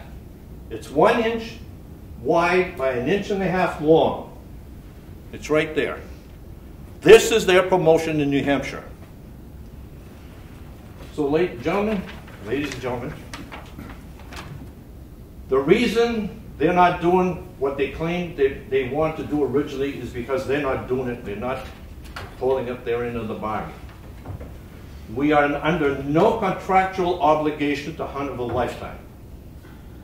If they don't like the terms and conditions of which this program is being brought forth, all they have to do is tell us they want out and they're gone. It's as simple as that. Nobody is breaking their arm. If anybody from Montana wants to come hunt moose hunting in New Hampshire, all they have to do is put in the lottery like everybody else. This is a program that we worked hard.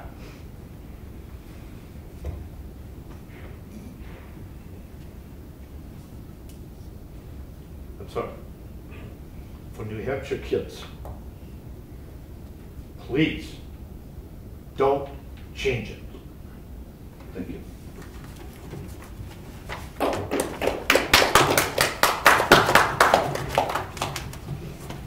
Thank you, Representative. Anybody have any questions?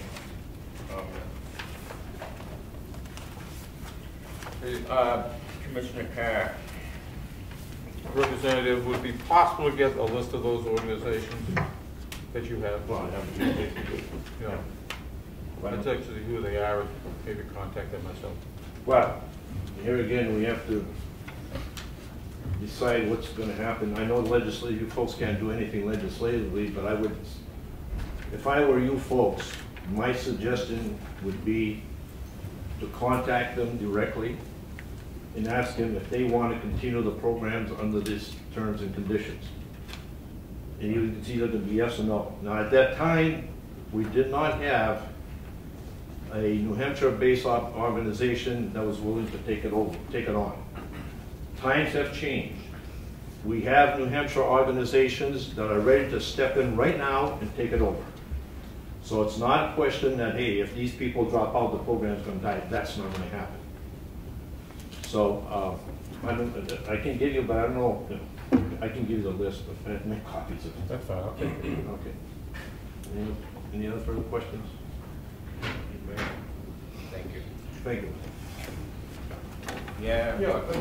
I would just like to add very quickly is that I was the first guy to do Hunt of a Lifetime, along with Steve Couché, who just recently passed away. And as far as the Hunt of a Lifetime concerns, is that they're very good people about doing the things that they do. But let me put you assured here that every season, unfortunately, New Hampshire can provide a child. Somebody's going to want to hunt, whether it be a moose, a bear, a deer. And out of my camp, I've been fortunate. We've gotten a moose for every kid that came in, and even a bear for the same child. I carried Hunt of a Lifetime under their provisions for probably 4 seasons until finally my hero, Keith Roberge, stepped in, who has been doing a very, very good job. He finds the hotels just as I did. He finds the restaurants for these people to eat at as I did. He does everything.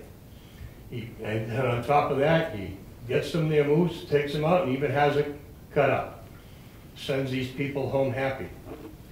Unfortunately, we've only gone one time where a kid didn't fulfill a permit. And if you might remember, it was the one kid in the very beginning who passed away just a few weeks before going on. That's why the first year, Steve and I teamed up. I was to have the first one, he was to have the second one, but we ended up doing the first one together. Never, ever, ever, and again, unfortunately, have we been not able to find us a child in New Hampshire. I would like to say that, but we can't.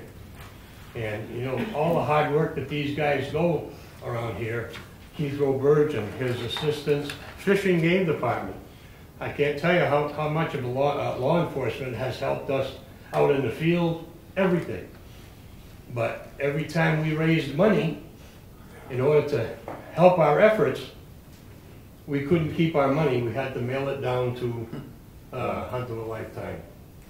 So I say if we have a chance, not to take anything away from anybody else in the United States as far as a child. And unfortunately, there are many children that die every day. And I personally witnessed it many times. But I just think that the way Mr. LaRue had presented it in the first place, and also Legislature then Stohl, it should just stay the way it should be, because believe me, there's nothing like the New Hampshire way. Hey, Buck? Yeah. What does Chief Robias do for a job? Chief Roberge is, I think he's the captain now at the Sheriff's Office. The Sheriff's Office. I forget his. Coos County Sheriff. He's a Coos County Sheriff, and that's just a plug for Coos County. Well, you know, and you know, he's a big plug too. He's a, you know, he's my hero. That's all there is to it. This man goes out of his way, above and beyond the call of duty. There is no other man like him right in the state right now. And there's a lot of guys that's sitting right here. Mark Edwards must be here somewhere. Oh, there he is, right there. A big help, the hunt of a lifetime. I mean, LaRue, Mr. Greco has been a supporter of that right along. You know? Bill Carney, yep. Bill Carney has always been a supporter of ours. So, yeah, you're right. Jason Parent at one time raised quite a bit of money for all of this. And when he went to use it for New Hampshire, he couldn't, he had to mail it into them. As a matter of fact, I think even one time we were going to use their logo and they threatened to sue us. After they agreed to let us use it. After they said we could do it, but anyway. Thank you, Bucky. Yes, sir. All right, on to financial report with Commissioner Normando. All right. Kathy Labonte is on vacation, cruising in the southern waters somewhere on board some large boat with lots of food and drink on it. So I'll give you the duties today. And if you go to that financial report, which should be in your package, and to quote Kathy, if you'll move to page 4, you'll see on page 4 that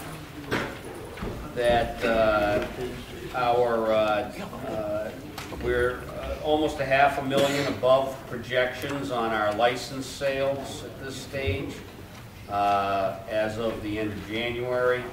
Hopefully we'll stay there. You will note that we are a little behind if you go down to the bottom of the page versus last year. And as we often say, that can be anything to do with timing, because as you look at the last year, or I'm sorry, this year's versus last year's sales, you can see at any given month they can swap back and forth, and so it's really kind of difficult to pay a lot of attention to that unless it's a steady trend in one direction. But at least right now, we're in pretty good shape financially. Happy to answer any questions.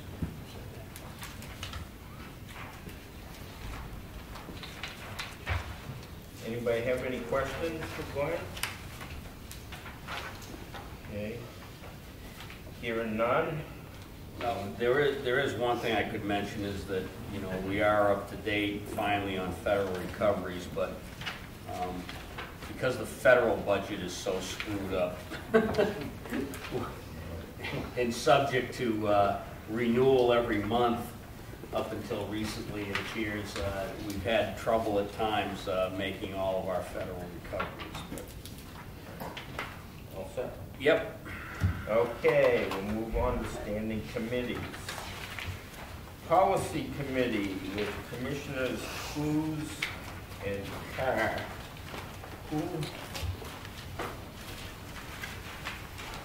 Kenny, didn't we used to have the chairman? Yeah, we had, so we don't have a chairman of the Policy Committee. Nominate Fred. All right. You want to second that also?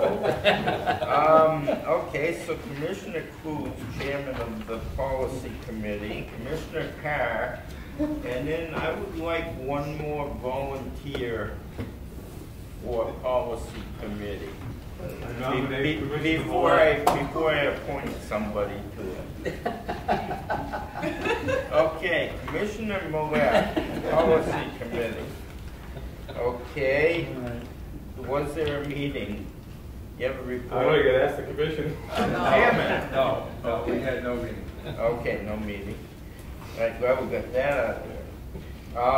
Legislative Committee, Commissioner Morse, who's the chair, with Commissioner Stohl, Hodgdon, Patch, and Baldwin. You have a report? We did meet, and before you have a list of all the items we discussed. If there's any questions, I'll see if I can get an attorney to answer them.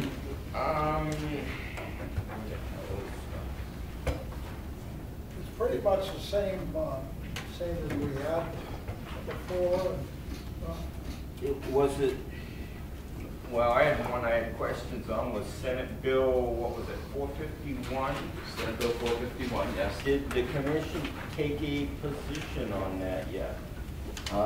The commission did not take a position on that, but what I would report to you is that we are working with the sponsor, who is Senator Waters, and there will be a substantial amendment coming forward on that bill. And so it's probably a little premature to take a position pending the receipt of that particular amendment. Okay. I will tell you that they are addressing the concern that the commission had regarding the intrastate sales of legally obtained mount materials, but they're also dealing with some concerns that I had raised with them about the logistics of what would happen if the department came into possession of any of these items as a result of court cases. So that substantial amendment is coming. Okay. All right. Does anybody else have any questions of Mr. Sanderson or your committee chairman Morse? I'll Walter let you off easy today. Okay, well, we will move on then to Rivers Committee, which Commissioners Ryan and Hodgdon. Commissioner Ryan, one of the things that I did not go over before, well, I couldn't because you weren't here, but how does Commissioner Hodgdon find out when these meetings are, where they are, who he's supposed to get a hold of? I'd like to answer that question, but this is my first day on it for about 6 months. And usually the lady who's in charge gets in touch with me, but she would have had a hard time if she was. I'll reach out to her and give her his contact information. Yeah, I think I would. Does that probably help you immensely if you actually knew when and where the meetings were? Okay, so that's that one. I mean, you didn't have a meeting, did you, Jim? I don't think there was a meeting because I usually hear one way or the other. Okay. Lakes Committee, Commissioner Coos. Okay, Lakes Committee, there was a meeting last month, and I was out of the country, but Garrett Grasscamp would supply us with any information that he picked up the paperwork on, so I'm not here today, but we'll get it on him. All right, Handbook and Orientation Committee, Commissioner Patch, Chair, and Commissioner Carr. You didn't have a meeting. We haven't, but now that we have a full slate of commissioners again, we'll have the cover page for your handbooks with an updated version. Okay. Yeah, the new commissioners gotten their No, handbooks? we need some updates prior to us photocopying that, and so I think I may need to sit in on that meeting. All right, so I guess Handbook Committee does need to meet there. You put the part in where they're buying our lunch every one. Well, I'd be happy if it wasn't coming out of my budget.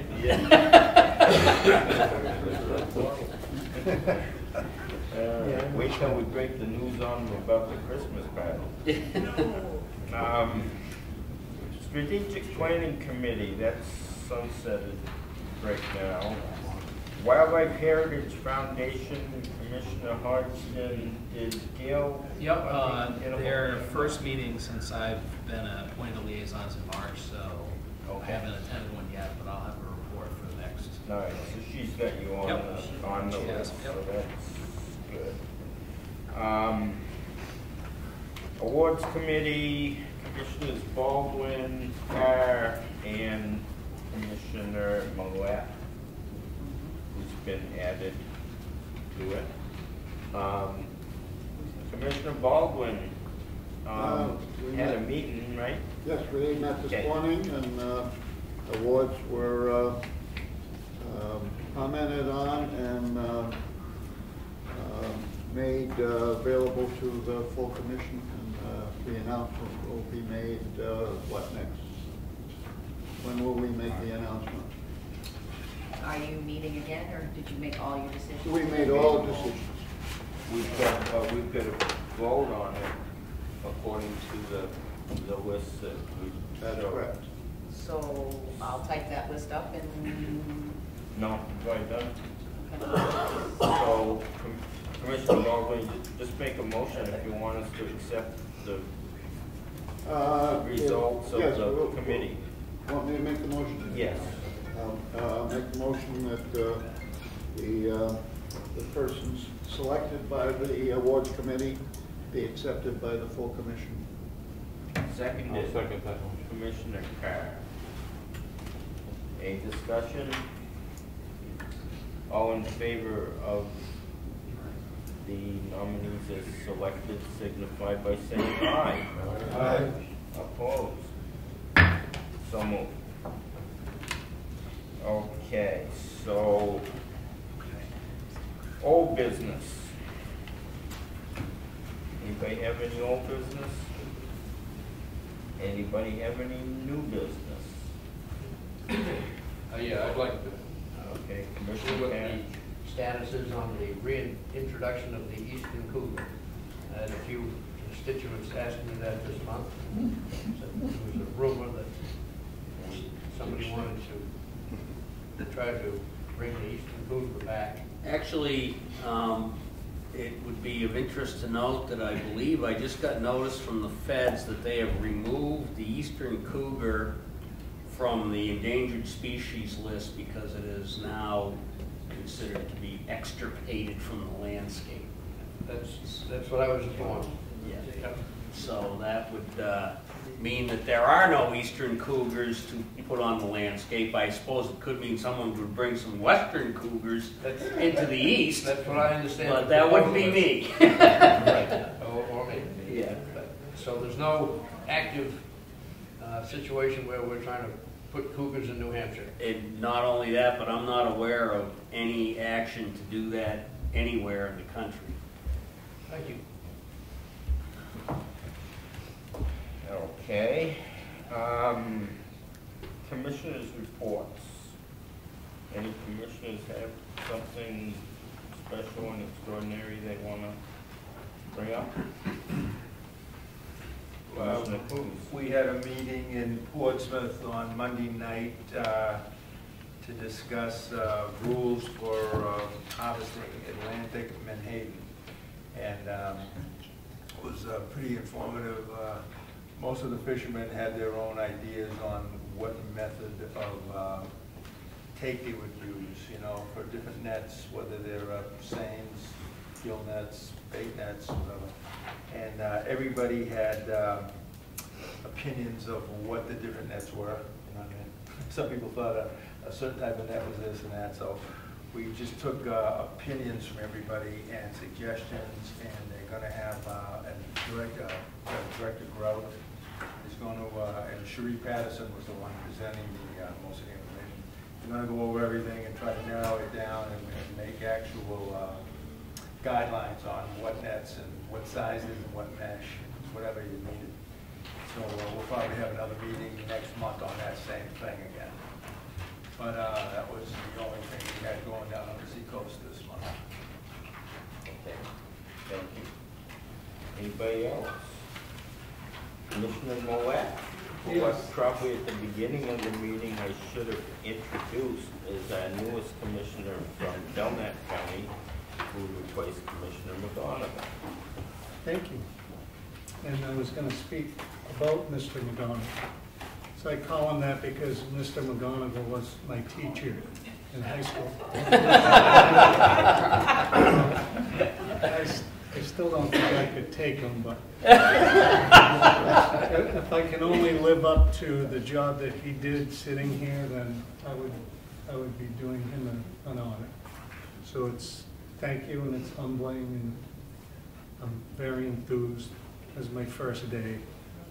That may change, but it's very exciting, and I hope to do a good job. So, thank you. Thank you. Anybody else? Okay, director's report. Okay, well, first and foremost, I just mentioned that I did go to Steve and Shane's wake a week ago Friday. Unfortunate situation there, and of course we all knew Steve, sometimes from the same side, sometimes, you know, in opposite corners, but we'll miss him, and I certainly hope for the best for Karen. As I mentioned earlier today to some of you, and you know, we talked about the air gun proposal. A good number of the Fish and Game Committee, along with myself, went down to last Monday to SIG, and the first time I'd actually ever been to their academy there, and enjoyed ourselves doing some air rifle shooting. And well, on the big game side, I think they probably have a ways to go yet. They certainly are a step up from the old Red Riders. So it'll be interesting to see how that develops, and I'm sure that there's something in it for those with sporting goods shops also, Mr. Morse. Before I came over this morning, I was at another meeting of the illustrious Sunapee Commission as relates to the wild goose stuff. That's still ongoing, and at least as of the moment when I left, without resolution. So I have some informants that are going to let me know what happened after I departed the scene today, but I think it's safe to say that there remains a division of opinion as to what should happen with that site. You also may be aware the President's budget came out this past week. Obviously, nobody knows where that's going to go in Congress, but it would zero out the reserve, which would include Sandy Point and all our marine, our marine finances for the research reserve down at the coast. It would cut in half the state wildlife grants we get for the non-game program, and it would. I haven't looked at the details yet inside, but I suspect there's a whole lot of stuff that would go on in the Fish and Wildlife Service that could become issues for us. Fish and Wildlife is talking about a giant reorganization, but I'm not sure anybody exactly understands what that actually means. What I can tell you is that I was at a meeting with Secretary Zinke, a month and a half ago, and there's a lot of empty office space right now at the Interior Building in DC. So I don't really know what's going on down there. I know that our former that my friend and the former director from Utah is basically the acting director, and there appears to be no immediate plan to even appoint a director of the Fish and Wildlife Service, which needs to be confirmed by the Senate. So to say there's some disorganization there seems to be continuing. But we should get more on that. Toward the end of next month will be the North American Wildlife and Natural Resources Conference. It's going to be in Norfolk, and we usually have a lot of interaction with the federal agencies there, and I would expect by then that some of this will be sorted out so that we will know better what the future may bring on the federal side. Probably one other thing to make you aware of is the Colonel and I, along with Kathy, have had some entertaining times across the river dealing with OHRB money and trying to get through fiscal committee and the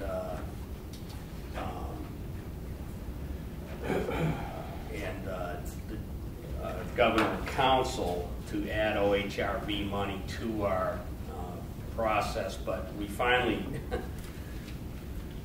beat our way through it a couple weeks back, and as part of that we're going to be hoping to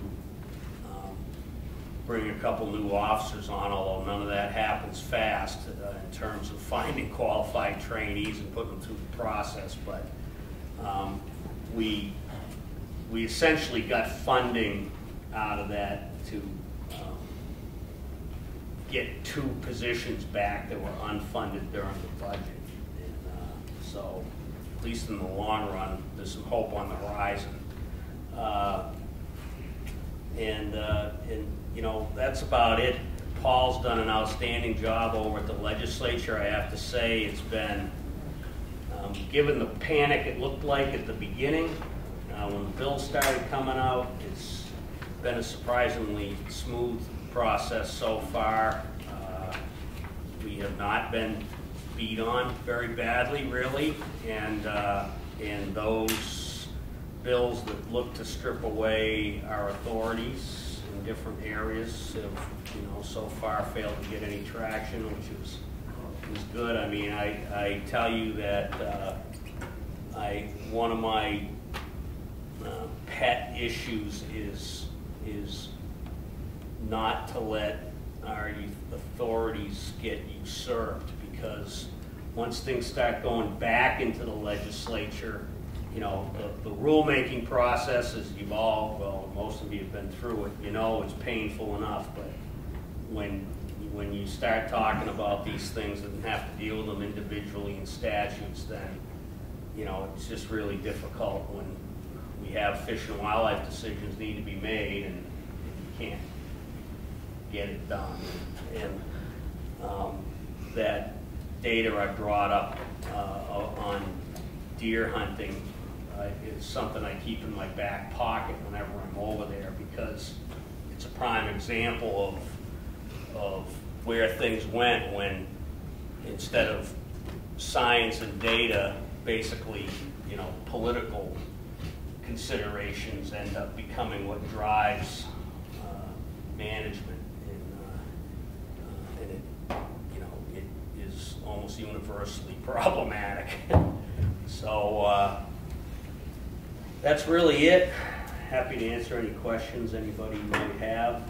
We will kind of be getting into what amounts to my travel season a little bit, because I usually go to the North American and I usually go to the Northeast meeting, which will be in Vermont this year, so that's just a drive up the street basically. It'll be in Burlington. There you have it. Anybody have questions for the director?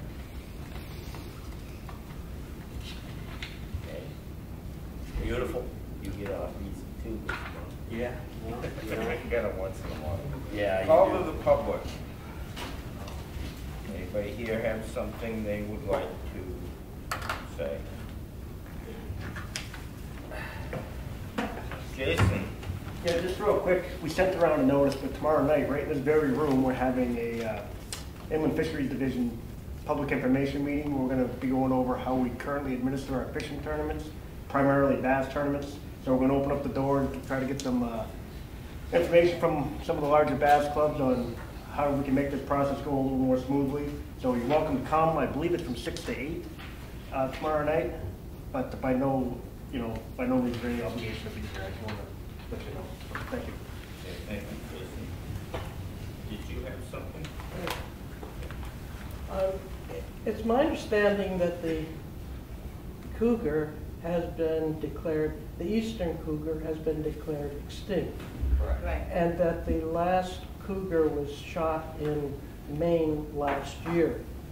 But that there has been some discussion about bringing the western cougar into this area as to try to reestablish it as a top predator. I'm sure there's been discussion. I would simply say that, that as far as I know amongst my peers in the Northeast, it's nothing we'd be excited to entertain. I don't know if you want to add to that, Mark, at all.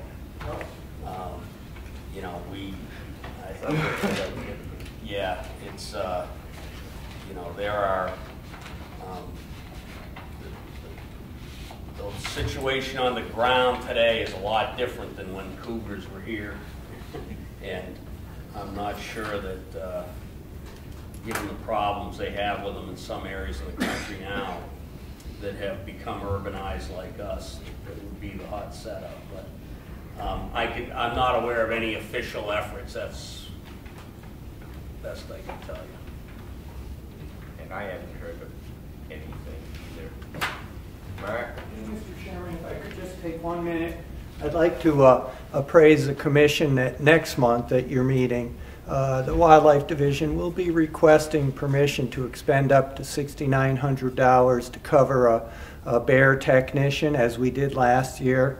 Andy Timmons will be giving a presentation. I know you don't like to be surprised by these issues, and so next month, Andy Timmons will give a presentation regarding our nuisance bear management program. Both the Wildlife Division and law enforcement depend on the availability of staff during the warm season to deal with the myriad of issues we deal with, and so just want to give you a heads up. That will require your approval because the monies, as was the case last year, would come from the game management account. You're welcome. Barry, we moved the next month's meeting has been moved, correct? What's the date, Tanya? I don't have it in front of me, but. Come on. I don't, did we change it to the following Wednesday? Next meeting's March, it's 21st. Yeah. 21st? 21st, is it? I don't know. Do you have, I don't have a calendar here. I have a calendar, that's a Wednesday. Yep. That's Wednesday. Third Wednesday, is it? Yeah, it's 21st, I believe, because there was an issue with your count. yeah, Right. I'm pretty sure, yeah.